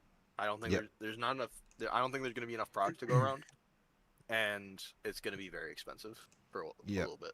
So you're saying that they're gonna like jack up the prices of not only just the single cards, but also I guess they can't really jack up the prices of well, they're probably gonna be scalpers, right? Scalpers. Yes. In the beginning, yeah, it's just like a common thing in our culture for some already reason, began. Unfortunately, it ruined Pokemon. It made that market jump up, and that's what I'm really afraid of. I hope it doesn't. But just from the pull rates, I think it's actually like if there is enough product to go around, right, and the single cards aren't that crazy expensive, is it possible to make some decks just from pulling packs?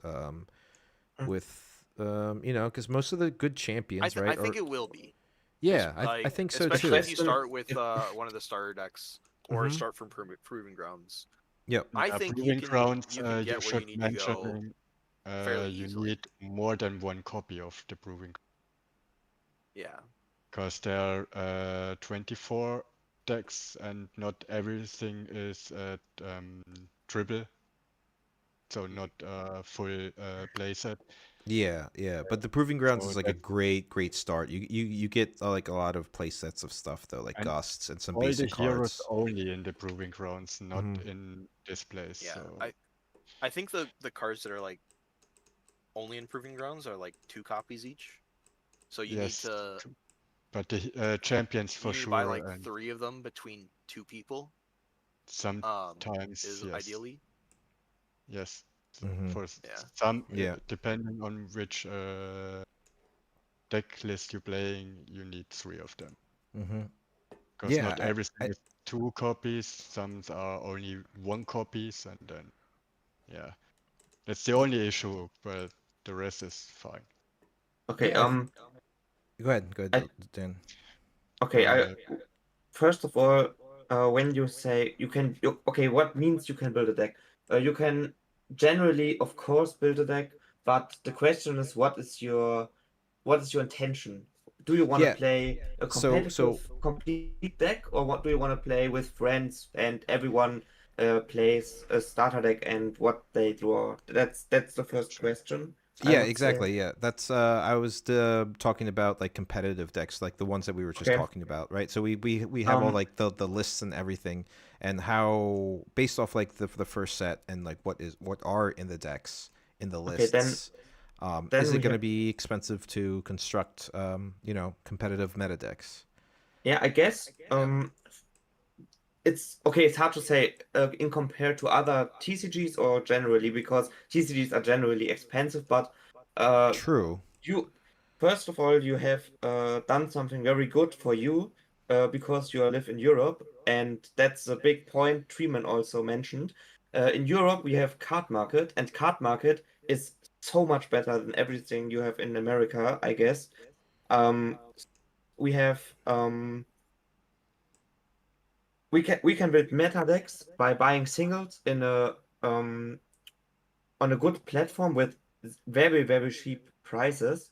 So for us, it will be much easier than for Americans to build the Mhm. decks. And the question is, have we enough products that a card is have enough copies at the market that it will be not too expensive. Mhm. Um, Besides its draw rate, not Yeah, draw rate, pull it's rates, pull pull rates. Yeah, rate. well, the interesting Pull thing rate. is like there's 7 common, 4 rares, Yes. and 3. Wait, or is it 3 rares? 14 cards in the deck. I Something. I think forget. it's the 14 there's cards. uncommons and then the rares.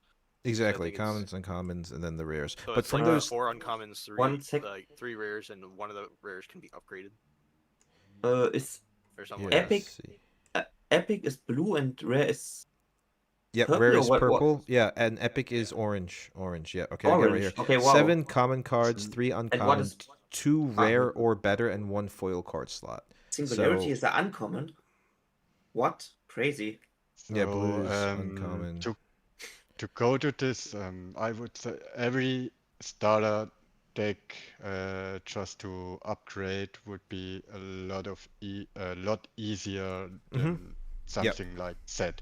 Agreed. Because first you have to pull out the legend and the champion you need, Mm-hmm. and the rest of the cards. So even if you got the rest of the cards, all commons and not really high rarities, you still need the champion and the legend, and they gonna be expensive for sure. Yeah. Okay, what do you And meta ones for sure. Oli, what do you The think? How much? Because in Yu-Gi-Oh you have staples for there was 80 euros. yeah Do you there think was already a YouTuber calculating what it could be at maximum, but he said it could be people are driving crazy with the prices just cause they can. Something Well, like and the normal certainly some version of that is 60, yeah. 80, and then depending on if you want the signature going 300, something like this, and You mean like the 500. alternate art, like the Yeah, overpowered and the I could care less alternate. about alternate art. Like if I pull one, But great. regularly But 60 to 80, depending on which one. And interesting. Yeah, that's pretty pricey. I saw, I guess Lux was by 50 calculated. He said something like this already. For the champion But, or for for the champion? legend. For the legend. Yeah. Jesus. Yeah, the legend gonna be expensive as hell. You think The so? But they champion. are the rarity of legends aren't they're not like epics or anything. I believe they're just rares, honestly. Other than the alternate Yeah. art, which are legendaries. But if we look at like But yeah, we're talking about the right one, right? So if you Yeah. wanna have it's that, a rare. Yeah, really, yeah. Legends are just everyone rares. wanna have them, and you don't have it for sure True. in Yeah. every box. I think one thing you said something really correct. It is a TCG. It is going to be expensive, right? We have a 300 card pool, which is a lot. There's going to be like really like the really well sought after cards and the not so really sought after cards, like Garen. Sorry guys, Yeah. I've been shitting on Garen this whole entire stream, but I can't help myself. But maybe So maybe but he could here's be the thing, right? expensive too. Yeah. you are less likely to get the specific cards you want, but that is It- also true of everybody else. So I think it'll be Yes. relatively easy to, you know, I pulled the one you want, you pulled the one I want, we trade, and then we're both happy. Oh, that would be Uh, so good. I would like what you just said is so refreshing, right? What if we just go back to the days when, like when we were like just trading instead of buying Trading. buying Yeah. cards single, like if this happens, like I would Yeah. be so happy, right? You go to your local card shop and you just start trading cards again, right? I think that's something that's failed because like ever since like the Pokemon like boom and like the scalpers and everything, yeah, you're absolutely right. That I hope that really does happen because that'd be really Yeah. cool, especially with a new TCG, right? Because I'm not gonna have every single playable deck. I'm not gonna build every single legend in a competitive style. I'm gonna have like my maybe like two or three, and then the rest I'll kind of just like collect and see where the meta shifts, and if it becomes like a good deck to play competitively and so forth. But yeah, great great Yeah, comment. but even if you trade at the local store, you need the cards to trade. You need something. Yeah, So you of have to course, yeah. buy the products. That's yeah. yeah, Mm-hmm. and that's what is worrying me is that I don't think, at least here in America, there's not going to be enough product. I Yeah. don't know the specifics of what's happening over there for you guys. So I specifically, when the game got announced, it's a site called like Fantasy Veld, or like Fantasy World, right?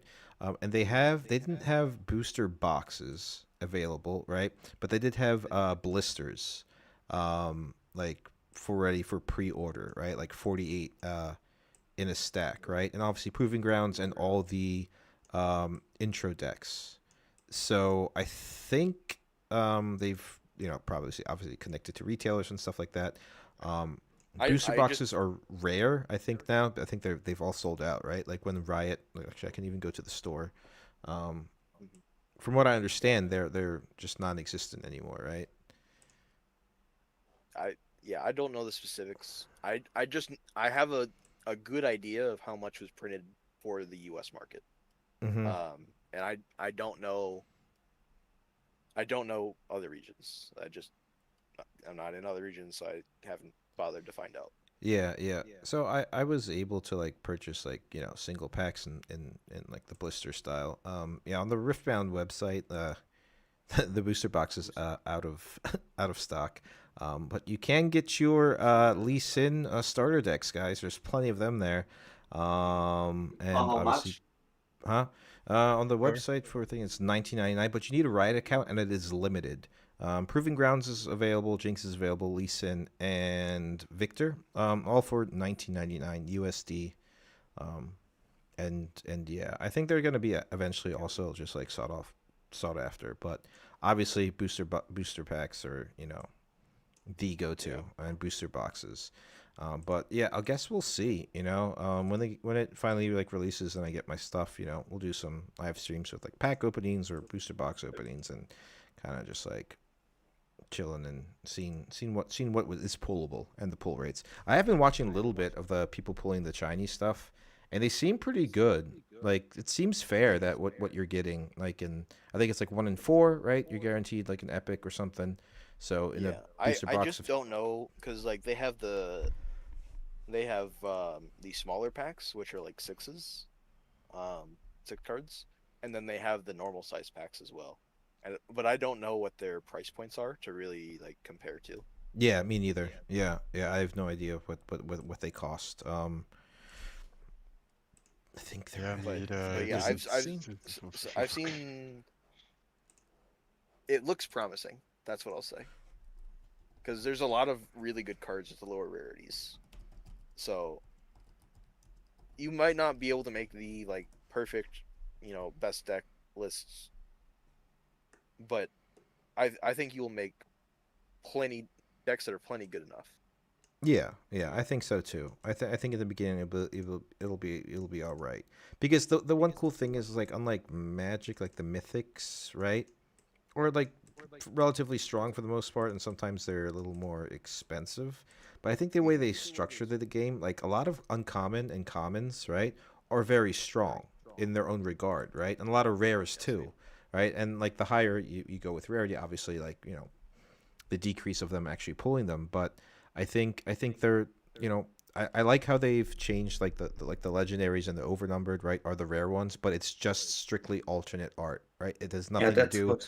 it has nothing to do with the competitive side of the game, right? If you pull that, great, right? You don't necessarily need it to win the game, like so I think I do like that with the overnumbered and the legendaries, it's just basically purely art and for collectors, and then when it comes to like the competitive play, I think it's just very fairly distributed with the level of power like certain cards have, and they're not necessarily like, oh, it's a sick epic card that you need to have to in order to play this deck, right? Like if you just look at like a Master E deck, what is it running? The one epic is obviously the champion unit, and then it's just running commons and uncommons. An epic in Kianya, and okay, actually, it's running a lot of no, this epic rare, yeah, like more so rare cards than and uncommons and commons for the bulk of the deck, which is like fair, So like I think it'll be easy to construct, also. Yep. So I think that's it, guys. Other than that, what are we sitting at? We're sitting at 3 hours and 17 minutes. So I'm actually kind of hungry. So I'm gonna go eat. First off, shout out to you guys. Thank you, Lieutenant Dan. Thank you, Oni. Thank you, Tree Man, for joining me with this. I had a lot of fun just talking about the game. Yeah, Thank you so was much, nice. guys. Very It was dope. Thank you all. Yep. for having So, no, thank you guys. Yeah, we'll connect on Discord, and I'll, get your information, try and send you some packs when the game comes out. Other than that, tomorrow I'll be on. We'll start playing some games. Yeah, we need more gameplay now. Yeah. We Yeah. did tier list and enough discussion. So I'm just gonna hop off Discord and close out the stream. But yeah, thanks a lot, guys. Seriously, you guys are a huge help. I appreciate it dearly. Thanks to All right, guys. Peace out. peace out. Alrighty, guys, and that is it for the stream. Once again, thank you to Oni, thank you to Lieutenant Dan, and thank you to Treeman. Great players, great insight, very knowledgeable with all TCGs, and just like great dudes in general. Christopher, thank you. Yeah. Thanks.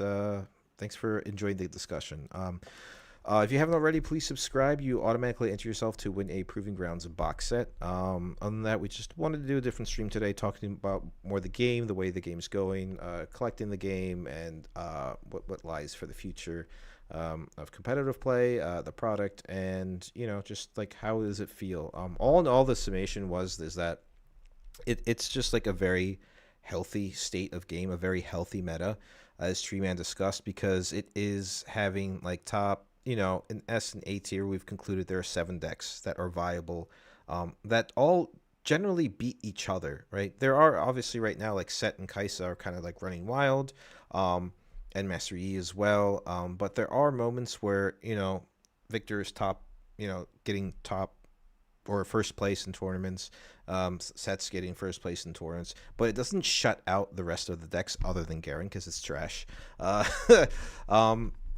So yeah, I think as of right now, with all the cards that have been released, like we know of all the cards that are there, that the game is actually incredibly in a healthy state right now, and it will be when the game becomes available in real life. So that was kind of like the point of the stream that I wanted to kind of figure out with these guys that are incredibly smart. And I think we did that. I think that for those who are interested in getting into this game, specifically competitively, right, and even like collecting, I think it is going to be like a really good TCG and a very healthy one that is going to have a very wide pool of competitive decks, and I think that's like really important initially when a TCG comes out. It would be a shame if like this game came out and everybody just played the one deck that is just better than all the other ones. So with that being said, we did a good stream. Thank you guys so much for tuning in. For those that were watching, great discussion with the dudes. And other than that, I hope you all have a wonderful night.